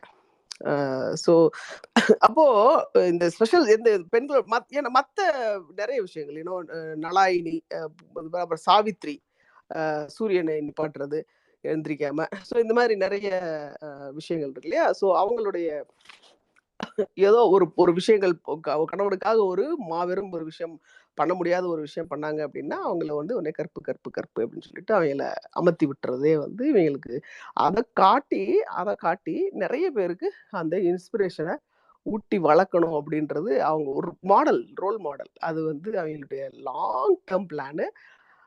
என்ன பிரச்சனை அப்படின்னு சொன்னா இவங்களுடைய இத்தனை சித்தாந்தங்களும் எதனோட பின்னி பிணைஞ்சிருது அப்படின்னு சொன்னா ஒரு புராணத்தை சொல்லும் போது எத்தனை கிளை கதைகள், ஒவ்வொரு கிளை கதையின் நோக்கமும் என்ன அப்படின்னு சொன்னா இந்த மாதிரியான சித்தாந்தங்களை வளர்க்குறதுதான். ஒரு ஒரு ஒரு ஸ்டோரினா ஒரு ஒரு இதா போகாது, நிறைய கிளை கதைகள் தொடர்ச்சியா இருந்துட்டே இருக்கும். அதோடைய இது என்னன்னா அதோட சேர்த்து அந்த சித்தாந்தங்களை தொடர்ச்சியா வளர்க்கிறது, அதை போயிட்டு குழந்தைகள்ல இருந்து அவங்களுடைய மனசுல அதை பதிய வைக்கிறது. ஒரு ஆண் குழந்தையாக இருந்தால் சிவாஜி, வீர சிவாஜிக்கு அவங்க அம்மா ஜிஜாபாய் என்னென்ன கதையெல்லாம் சொல்லி வளர்த்தாங்கன்னா ராமாயணம், மகாபாரதம் போன்ற வீர காதைகளை சொல்லி வளர்த்ததுனாலதான் வீர சிவாஜி வந்து வீரமா இருந்தாரு அப்படின்னு சொல்லிட்டு நான் பாடப்புஸ்தகத்துலதான் இதை நான் படிச்சிருக்கேன். ஓகே, ஸோ பாடப்புஸ்தகத்துல இதில் படிச்சிருக்கேன். ஸோ இது வந்து ஆண்களுக்கு இந்த புராணங்கள்ல இருந்து எடுத்துக்கொள்ளும் விஷயமாக வீரமாகவும் வேற என்ன சிஸ்டத்தை காப்பாத்துற ஆண்மையாகவும் அந்த குணத்தை ஆண்மையாகவும் அவங்க பழகிக்கிறாங்க அப்படின்னு சொன்னா பெண்கள் வந்து அதுல இருந்து எது பழகிக்கிறாங்கன்னு சொன்னா யாரு ஹீரோயினோ அவங்கள வச்சுதானே இவங்க பார்த்துப்பாங்க. இவங்கதான் ஹீரோயின் சொல்லியாச்சு, அப்ப அவங்க கிட்ட இருந்தான விஷயங்களை கத்துக்கணும். அப்போ பாஞ்சாலி கத்துக்கணும், சீதை எப்படி இருக்காங்களோ கத்துக்கணும் இல்லையா, கௌசல்யாவை விரும்பணும், கைகேயியை வெறுக்கணும். அதே ஸோ இந்த மாதிரியான எந்த ஒரு குட்டி சாதாரண மாறுபட்ட கேரக்டர்ல பெண்கள் இருந்தான்னா அதான் கேள்வி, ஏன் இப்படி இருக்காங்க அப்படின்ற ஒரு கேள்வி கேட்டக்கூடாது அப்படின்றத தொடர்ச்சியா கொண்டு போற டூல்ஸா இந்த ராமாயண மகாபாரதம் இருக்கு. குழந்தைங்க கேள்வி கேட்க ஆரம்பிக்கிறதுக்கு முன்னாடியே இந்த கதைகள் எல்லாம் சொல்லி வளர்க்கறதுல பெற்றோர்களுக்கு தான் பங்கு இருக்கு அப்படின்னு சொன்னா இந்த மீடியாவுக்கும் அதே அளவு பங்கு இருக்கு. லிட்டில் கிருஷ்ணா இந்த மாதிரியான விஷயங்கள்ல வந்து ஹனுமான் இந்த மாதிரியான விஷயங்களை வந்து சொல்லி அந்த விஷயங்களை வந்து சித்தாந்தங்களை இந்த மாதிரியான சித்தாந்தங்களை தொடர்ச்சியா குழந்தைகளுக்கு ஊட்டுறது இதா இருக்கு. பரசுராமர் ரேணுகாதேவி வாழ்ந்தது வந்து கர்நாடகா பெல்காம் டிஸ்ட்ரிக்ட்னு சொல்றோம். அதாவது அந்த கதைகள்ல இருக்கிறது வாழ்ந்ததாக சொல்லுவது அப்படின்றது அந்த இதுன்னு சொல்றோம். யாரு சொன்னாங்க, கோமதி ரைட்லி சொன்ன மாதிரி இது வந்து சவுத்துல இந்த பெண் மையப்படுத்தப்பட்ட சமுதாயத்திலிருந்து ஆண்மையப்படுத்தப்பட்ட சமுதாயமாக மாறிக்கொண்டு வந்தது ஊடுருவினதுதான் வந்து இந்த பரசுராமனுடைய இதாவே பாக்குறேன். இன்ஃபேக்ட் அந்த கொங்கண கடற்கரையை வந்து கொங்கண கடற்கரையில வாழ்ந்ததும் அந்த கொங்கண கடற்கரையை காப்பாத்துனதுமே வந்து பரசுராமர் தான் அப்படின்னு சொல்லுவாங்க. அவருடைய முக்கிய நோக்கம் என்ன அப்படின்னு சொன்னா சத்திரியர்களை அழிப்பது. சத்திரியர்களை அழிப்பது உங்களுடைய நோக்கம் அப்படின்னா ஏன் வந்து சத்திரியகுல திலகமான ராமரை ஏன் அவர் அழிக்கல அப்படின்னு சொன்னா தட்ஸ் அன் அக்ரிமெண்ட். இந்த பிராமணர் அதாவது என்ன வைதிக மரபை நான் வடக்குல பரப்புறேன், நீ தெற்குல பரப்பு அப்படின்றதுதான் பரசுராமருக்கும் ராமருக்கும் இடையே ஏற்பட்ட ஒப்பந்தம். நீங்க அதை வால்மீகி ராமாயணத்துல படிப்பீங்களோ கம்பராமாயணத்துல படிப்பீங்களோ அதை எடுத்து படிச்சு பாருங்க, உங்களுக்கு விளங்கும். அது இந்தியா சவுத்துல இந்த வைதிக மரபை பரப்ப வேண்டியது பரசுராமருடைய இது. ஏன்னா சிம்பிளி நீங்க ராமனுடைய பொறுப்பு. ராமனுடைய ராஜ்யம் அயோத்தியாவாக இருக்கும்போது சவுத்துக்கு எதுக்கு அவர் வராரு? அப்பதான் சீதா கேக்குறாங்க, சவுத்தா எப்படி, தெற்குலையா எப்படி அப்படின்னு கேட்கும்போது, நடக்க வேண்டியது நடக்கும், கம்முனுவா அப்படின்னு கூப்பிட்டு போறாரு ராமர். அப்ப அந்த நடக்க வேண்டியது என்ன அப்படின் போது இதுதான், அவரு தெற்குக்கு அனுப்பப்படுகிறார். ஏதோ ஒரு காரணத்தை சொல்லி அவர் ஒத்துக்கொண்டாரோ ஒத்துக்கொள்ளவில்லையோ, அது அவருக்கு நியாயமாகப்பட்டதோ அநியாயமாகப்பட்டதோ அண்ட் ஒரு ரொம்ப முக்கியமான ஒரு விஷயம், பரசுராமா பீரியட்ல அந்த பேர்ல ராமர், அந்த பேர்ல ஜனகர், ஜனகருடைய அவை இருக்கு பாத்தீங்களா, நிறைய இந்த பிராமணாஸ், அதாவது வேதங்களுக்கு உரை எழுதப்பட்ட உரை பிராமணா என்று அழைக்கப்படும். நிறைய 108 பிராமணங்கள் இருக்கு. அந்த பிராமணங்கள்ல சில பிராமணங்கள் வந்து சத்திரியர்களால் எழுதப்பட்டவை. நிறைய பிராமணங்கள் இந்த ஆர்டரை திருப்பி திருப்பி சொல்லிட்டே இருக்கும். பிராமணா, சத்திரியா, வைஷ்யா, சூத்ரா அப்படின்ற ஆர்டரை சொல்லிக்கிட்டே இருக்கும். எந்த பிராமணங்கள்லாம் சத்திரியர்களால் எழுதப்பட்டதோ அந்த பிராமணங்கள் எல்லாம் ஆர்டரை மாத்தி சொல்லுவாங்க. சத்திரியா, பிராமணா, வைஷ்யா, சூத்ரா. நான் தான் சோறு போடுறேன், என் காசு வாங்கி தான் அவன் பொழைக்கிறான், அப்ப நான் தானே டாப்பு அப்படின்னு அப்படின்றது சத்திரியர்களுடைய வாதம். சோ அந்த இந்த முக்கியமான இந்த ஆர்கியூமெண்ட், யார் பெரியவங்க அப்படின்ற சத்திரியரா ஆர்டர்ல நம்பர் 1 and 2 சத்திரியா பிராமணரா, இல்ல 1 and 2 பிராமணா சத்திரியரா, இந்த விவாதம் தொடர்ச்சியாக யாருடைய அவைகள்ல நடந்திருக்கு அப்படின்னு சொன்னா ஜனகருடைய அவையில வந்து தொடர்ச்சியாக இந்த விவாதம் நடந்திருக்கிறத வேதம் சொல்லுது. வேதங்களுக்கு உரையான இந்த பிராமணங்கள் சொல்லுது. இந்த தொடர்ச்சியான இந்த போர், இப்போ புத்தரும் மகாவீரரும் ஏன் சத்திரிய குலத்திலிருந்து பிறந்தாங்க அப்படின்றதுக்கான அர்த்தத்தையும் இங்க நம்ம தேடலாம். இந்த இந்த இந்த லாஜிக்ல நம்ம எடுத்துக்கலாம். அண்ட் அவங்களுடைய சொந்தக்கார ராஜாக்கள் எல்லாம் பிம்பிசாரர், அஜாத சத்ரு அப்படின்னு சொல்லிட்டு மௌரிய பேரரசு, அவங்க எல்லாம் யாரு? புத்தா மகாவீரருடைய சொந்தக்காரங்க. அவங்க அத்தை பொண்ணை இவர் கட்டியிருக்காரு. அப்போ அவங்க சொந்தத்துல ஒரு ரிலிஜன் மாதிரி ஒண்ணு ஆரம்பிச்சா அப்படின்னு சொன்னா அதை ரிஸ்க் எடுத்து அவங்க அதை பேட்டர்னைஸ் பண்ணுவாங்க மாட்டாங்களா? அப்படி அவங்க பேட்டர்னைஸ் பண்ணது அந்த லாஜிக் சும்மா பேட்டர்னைஸ் பண்றதுக்கு சொந்தக்காரன்றது மட்டும் காரணமாக இருந்திருக்குமா, இல்ல பிராமணா சத்திரியா வைசியா சூத்ரா அப்படின்றத சத்திரியா பிராமணா வைசியா சூத்ரா அப்படின்னு மாற்ற வேண்டியதாக இருந்திருக்குமா? இந்த போராட்டத்தின் போது ராமர் கூட ஒப்பந்தம் பண்ணி கொண்ட பரசுராமர் இந்தியாவுக்கு வடக்குல தான் பாத்துக்கிறதாவும் தெற்குல ராமர் பாத்துக்கிறதாவும் சரில, அதுக்கப்புறம் வடக்குல அவரு போய் சத்திரியர்களை கொள்வதாக இருந்திருந்தா தசரதையும் ஜனகரையும் கொண்டிருக்கணுமா இல்லையா? அது நடக்கல பாத்தீங்களா? வேற யாரு? இவங்க கிளான், இவங்களுடைய ஹர்ட், இவங்களுடைய அம்ப்ரெல்லாக்கு கீழே இருக்கிற ராஜாக்கள் யாரும் கொல்லப்படலை. அதுதான் ஒப்பந்தம். அண்ட் இவர் வந்து அந்த வைதிக மரபை பரப்புறதை வந்து ரொம்ப செவடை செஞ்சாரு. என்ன நான் அதற்கு ரிட்டர்னாக அவங்க கொடுத்தது, இவர் சத்திரியன் கூட இல்ல, அவதாரம். இவரு கடவுளின் அவதாரம். எந்த கடவுளை நாம் வணங்குகிறோமோ அந்த கடவுளின் அவதாரமாக மண்ணில் வந்து பிறந்தவர் அப்படின்ற மேட்டர் வந்து எதுக்கப்புறம் வருது அப்படின்னு சொன்னா இந்த பரசுராமர் ராமர் ஒப்பந்தத்துக்கு பின்னாடி வர்ற விஷயம்தான். எப்போ சிவதனுசு நீ உடைச்ச, என் காதுல விழுந்துச்சு, அதுக்கு தான் வரேன் அப்படின்னு சொல்லிட்டு தேர்ல இவங்க மிதிலாக்கு போகும்போது, அயோத்தியாவுக்கு போகும்போது பாதி வெளியில வந்து மறைக்கிறாரு பரசுராமன். அப்போ இந்த ஒப்பந்தம் நடக்குது. ஸோ வைதிகர்களுடைய செல்லப்பிள்ளையாக ராமன் இன்னைக்கு வரைக்கும் திகழ்வதற்கான காரணம் வைதிகர்களுடைய மரபை வந்து ராமன் வந்து பரப்புறதுக்கு ஒப்புக்கொண்டதுதான். இப்போ இதே ராவணன் சத்திரியனா அப்படின்னு சொன்னா ராவணன் சத்திரியன் கிடையாது. ராவணன் பாதி பிராமணன் பாதி அசுரன். அந்த ராவண வந்து பரசுராமன் கொண்டிருக்க முடியுமா அப்படின்னு சொன்னா கண்டிப்பா கொண்டிருக்க முடியாது. ஏன்னா அவர் சத்திரியரத்தை கொள்றதா அவர் வந்து இது பண்ணியிருந்திருக்காரு. இந்த பிராமணன் சத்திரியன்ற டெர்மினாலஜி இருக்கு பாத்தீங்களா, இது இன்னைக்கு மட்டும் சவுத்துக்கு பொருந்தாதது இல்லை. அன்னைக்குமே சவுத்துக்கு பொருந்தாததுதான். அன்னைக்குமே இது குழப்பம்தான். யாரு சத்திரியர் அப்படின்னு கண்டுபிடிக்கிறதுல, யாரு சத்திரியர், யாரு வைசியர், யாரு சூத்திரர்னு கண்டுபிடிக்கிறதுல அன்னைக்குமே தெளிவான வரையறை இல்ல அப்படின்றதுக்கான உதாரணம் தான் சவுத்த பெரும்பாலும் ஆட்சி பண்ணி கொண்டுட்டு இருந்த ராவணனுடைய பிறப்பு. ராவணன் ஒரு சத்திரியரா? ராவணனை பரசுராமன் ஏன் கொண்டிருக்க முடியாது? ராவணன் சத்திரியன் கிடையாது. அப்போ ராவணன் சத்திரியன் இல்லைன்னா அப்புறம் வேற என்ன சொல்லி வம்பிழுப்பாரு அவர் பரசுராமன்? இழுக்க முடியாது இல்லையா? அப்ப அவரை வம்பிழுக்கிறதுக்கு தகுந்த ஒரு விஷயத்த பிக்கப் பண்ணணும். அது என்ன? அதுதான் சூர்பனகை. அவங்க ஃபேமிலியில ஒருத்தரை கை வச்சா ராவணன் சண்டைக்கு வருவாரா? வருவார். ஸோ அதுதான் அவர் தான் இன்னார் அப்படின்றத முதல்ல அவர் சொல்லிடுறா.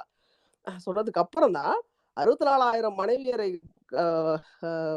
கொண்டிருந்த தசரதனின் மகன் நான் ஏகபத்தினி விரதன் அப்படின்ற இத கூட சொல்லாம நீ என்ன காதல் சொல்றியா?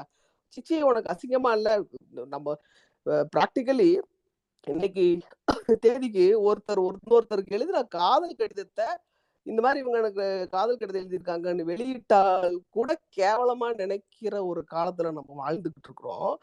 ஆனா காதலை சொன்ன ஒரு காரணத்துக்காக ஒரு அம்மா எனக்கு கல்யாணம் ஆயிடுச்சு, என் மனைவியை தவிர மீது அனைத்து பெண்களையும் நான் தாயாக நினைக்கிறேன், நீங்க போயிட்டு வாங்கன்னு அனுப்பிச்சிருக்கலாம். ஆனா காது மூக்கு மொழிகளை அறுத்து அனுப்பிச்சு விட்டதுக்கு காரணம் ராவணனை வம்பிழுக்கிறது தான். ஏன்னா ராவணன் சத்திரியன் கிடையாது. சத்திரியன் சொல்லி அவன் கூட போர் கொடுக்க முடியாது. அதனால இதுதான், இப்படிதான் ஒரு காரணத்தை வந்து பிக் பண்ணி இருக்க முடியும். இது ஒரு ஆரிய திராவிட போராட்டத்தினுடைய தொடக்கத்தினுடைய புள்ளியா தான் இதை நம்ம பார்க்கணும். இந்த ஆரிய திராவிட போர்ல இந்த இதிகாச கதையில வர்ற பெண்கள் உண்மையிலேயே இருந்திருந்தாலும் இப்படித்தான் இருந்திருக்க முடியும், இதுதான் பெண்களுடைய நிலையாக இருந்திருந்தது அப்படின்னு அந்த காலத்து பெண்களின் நிலையை எடுத்து சொல்லி இந்த இந்த இழுபறியில எப்படி பெண்களுடைய வாழ்க்கை பகடைக்காய் ஆகினது அப்படின்னு சொல்றதுதான் இந்த ஓல்காவுடைய இந்த புத்தகத்தினுடைய பர்பஸ். ரொம்பவே என்லைட்டனிங்கா ரொம்ப நிறைய சிந்தனைகளை தூண்டுற மாதிரி இருக்கு இந்த புத்தகம். ரொம்ப நன்றி கோமதி.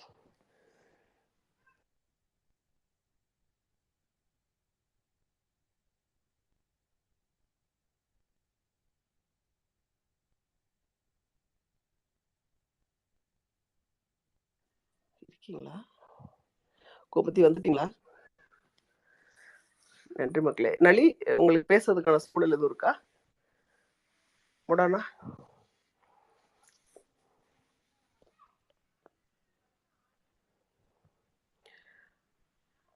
மோசமான தொண்டையை வச்சுட்டு எல்லாரும் டார்ச்சர் பண்ணிட்டேன்னா? மக்களே யாராவது இருக்கீங்களா? எல்லாரும் போயிட்டீங்களா? நான் தனியா பேசிட்டு இருக்கேன்னா?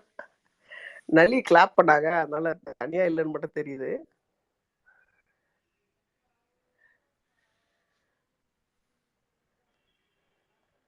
ஓ, ரம்யா ஆடியன், தேங்க்யூ.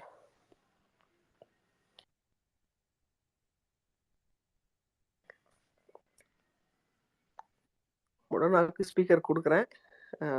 மாத்தி மச்சு, உங்களுக்கு ஸ்பீக்கர் வந்துருச்சா? நான் பேசுறது கேட்கலையா? இப்ப கேக்குது. இல்ல எனக்கு போன்ல வந்து ஸ்பேஸ் வந்து சுத்தமா கேட்க மாட்டேங்குது, விட்டு கேக்குது. அதனால இவ்வளவு நேரம் லேப்டாப்ல கேட்டுட்டு திருப்பி இங்க வந்து ரிக்வெஸ்ட் கொடுக்குறேன்.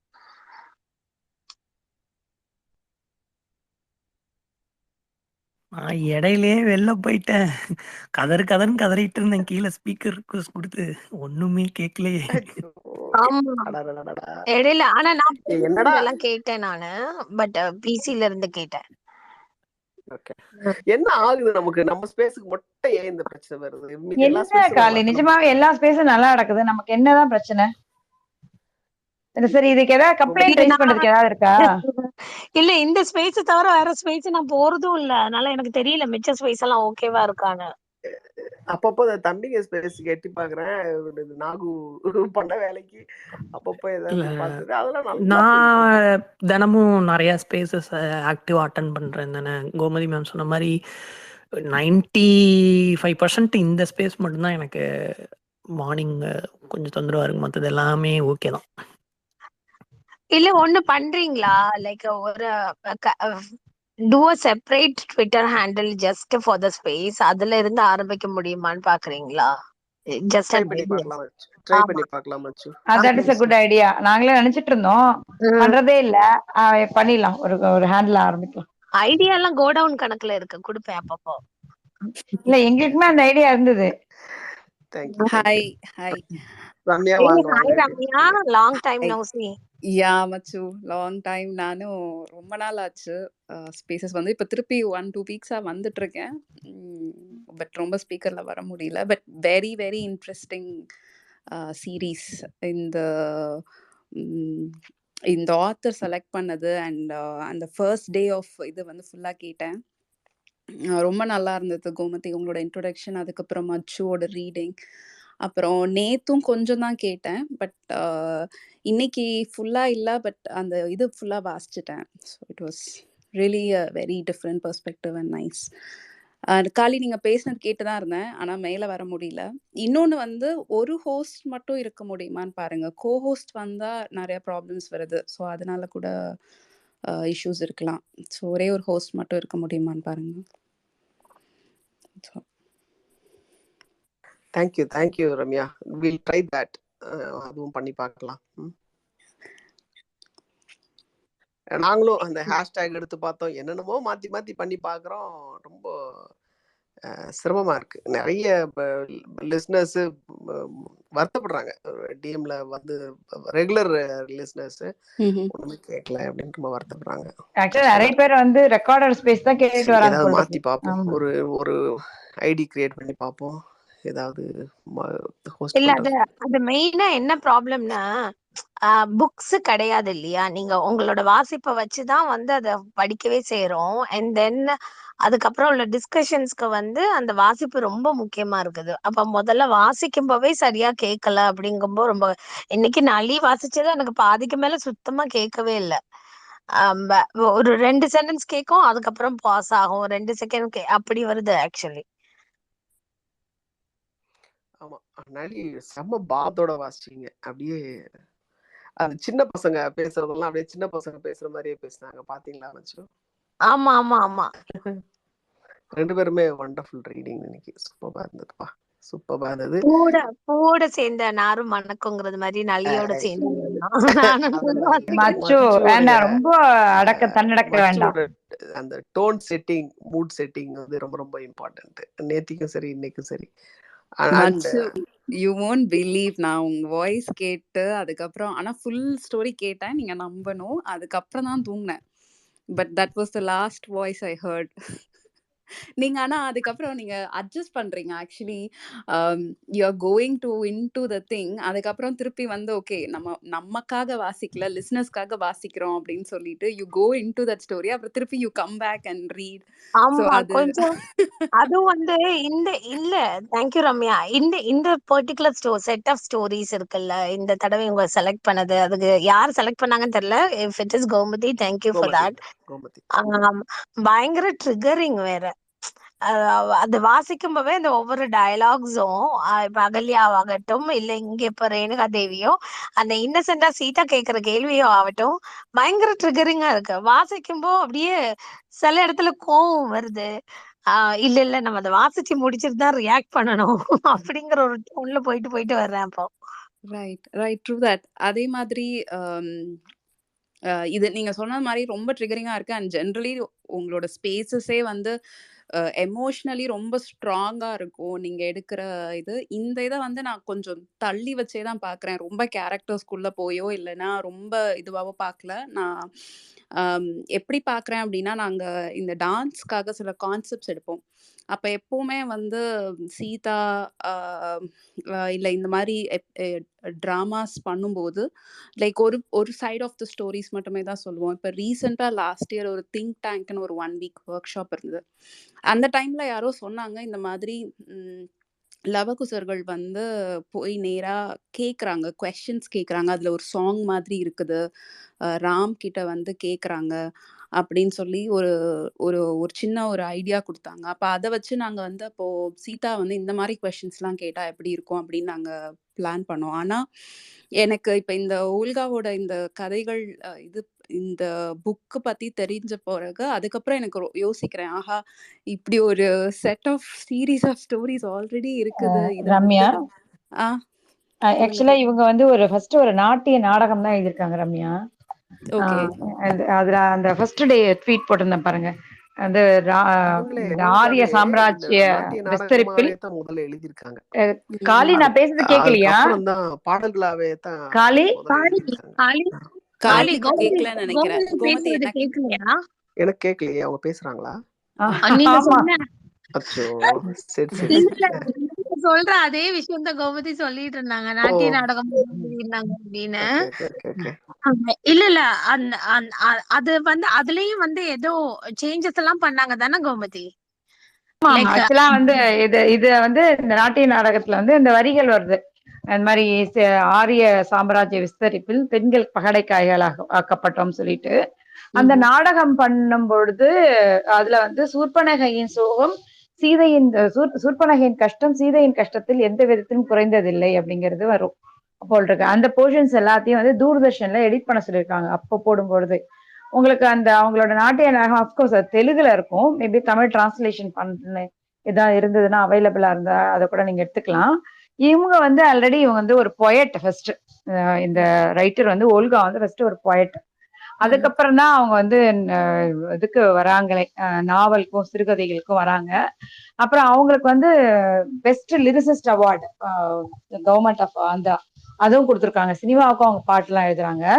அவங்களோட பாடல்கள் வந்து ரொம்பவே பிரசித்தி.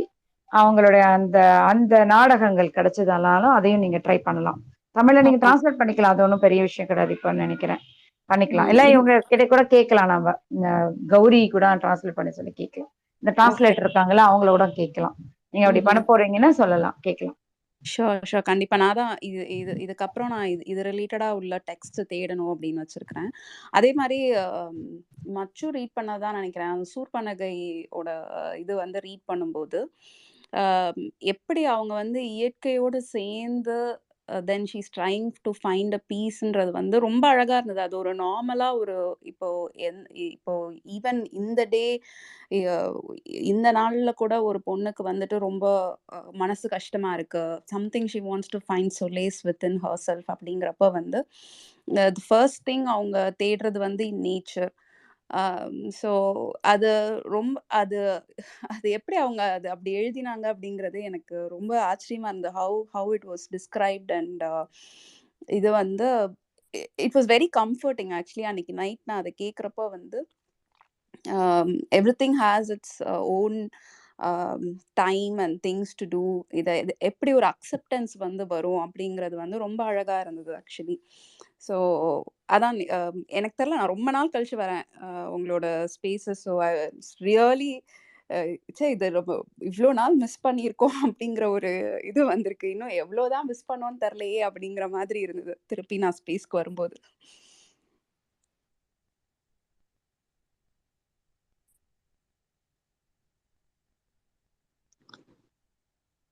இந்த இதுல ஃபுல்லாவே இந்த இதுவரை நாளைக்கு ஊர்மிளா கதையும் இருக்கும்னு நினைக்கிறேன். சோ இதுல எல்லாமே வந்து நீங்க சொன்ன மாதிரி இப்படி கேள்வி கேட்டிருந்தா நல்லா இருந்திருக்கும்ல. இதெல்லாம் ஹைபோதெட்டிக்கல் சிச்சுவேஷனா இருந்தாலும் if she had asked is right question, Ramayanam போற ட்ராக்கே மாறி போயிருக்குமே அப்படின்னு நினைச்சேன் நான் ஃபுல்லாவே.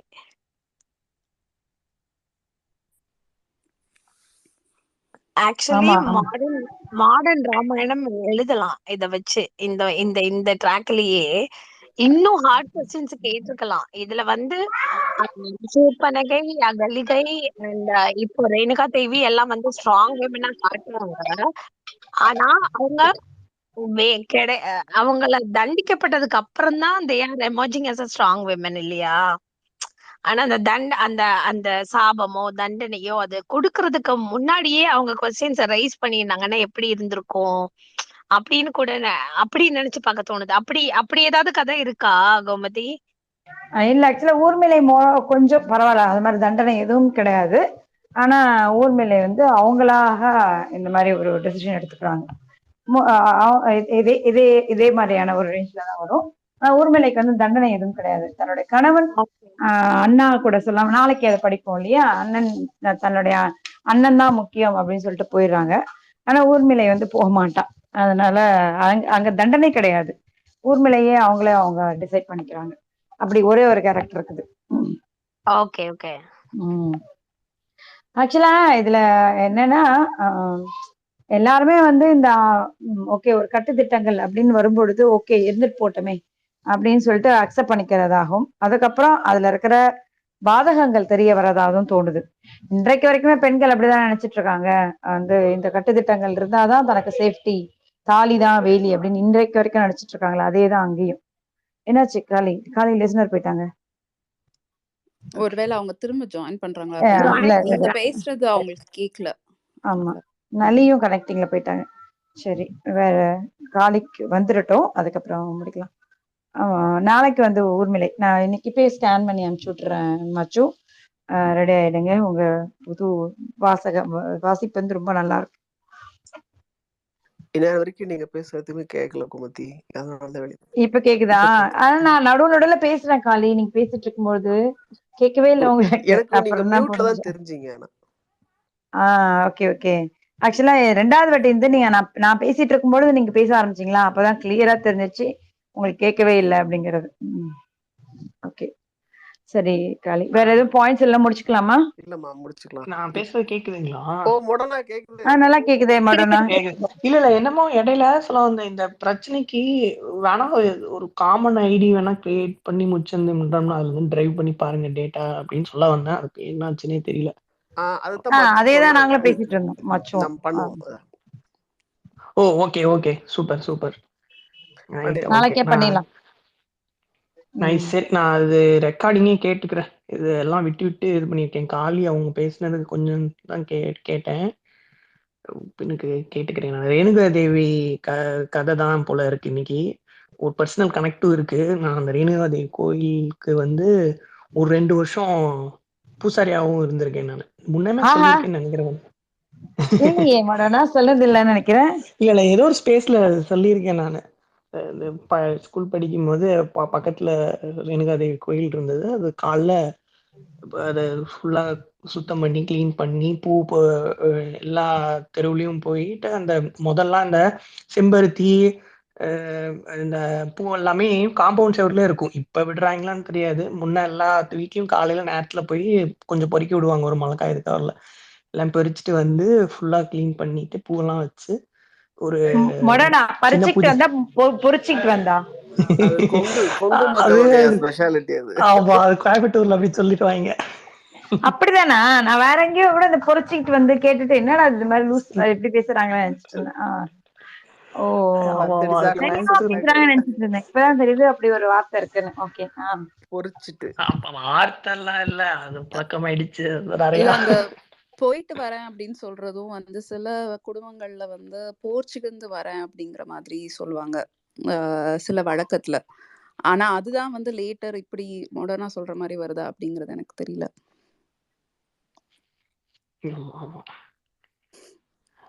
ஏதோ ஒண்ணு, இது கோயம்புத்தூர் அங்கங்க ஒட்டிக்கும். நம்ம எல்லா ஊர்லயும் இருக்கமா, அதனால எல்லா ஸ்லாங்கும் மிக்ஸ் ஆகி ஒரு மாக்டைலா வந்து விடும். ஆமா, நான் மாடர்னா நீங்க இந்த மதுரை ஸ்லாங்குமே பேசுறீங்க அப்பப்போ. ஆமா, ஏன்னா வீட்டுக்கார அம்மா வந்து மதுரை, அதனால. அதான் சொல்ல வந்தேன். அதனால ஒரு பர்சனல் கனெக்ட் இருக்கு. இந்த கதையும் எனக்கு தெரியும். பட் இவங்களுடைய ரைட்டிங் எப்படி இருக்கு, அதை என்ன அனலைஸ் பண்ணணுங்கிறது மேபி இன்னொரு வாட்டி ரெக்கார்டிங் கேட்டு நாளைக்கு பாயிண்ட்ஸ் இருந்துச்சுன்னா ஆட் பண்ணிக்கலாம். நாளைக்கு வந்து பேசுங்க மடோனா. ஓகே, முடிச்சுக்கலாமா இன்னைக்கு? ஓகே, பாய், குட் நைட். பாய்.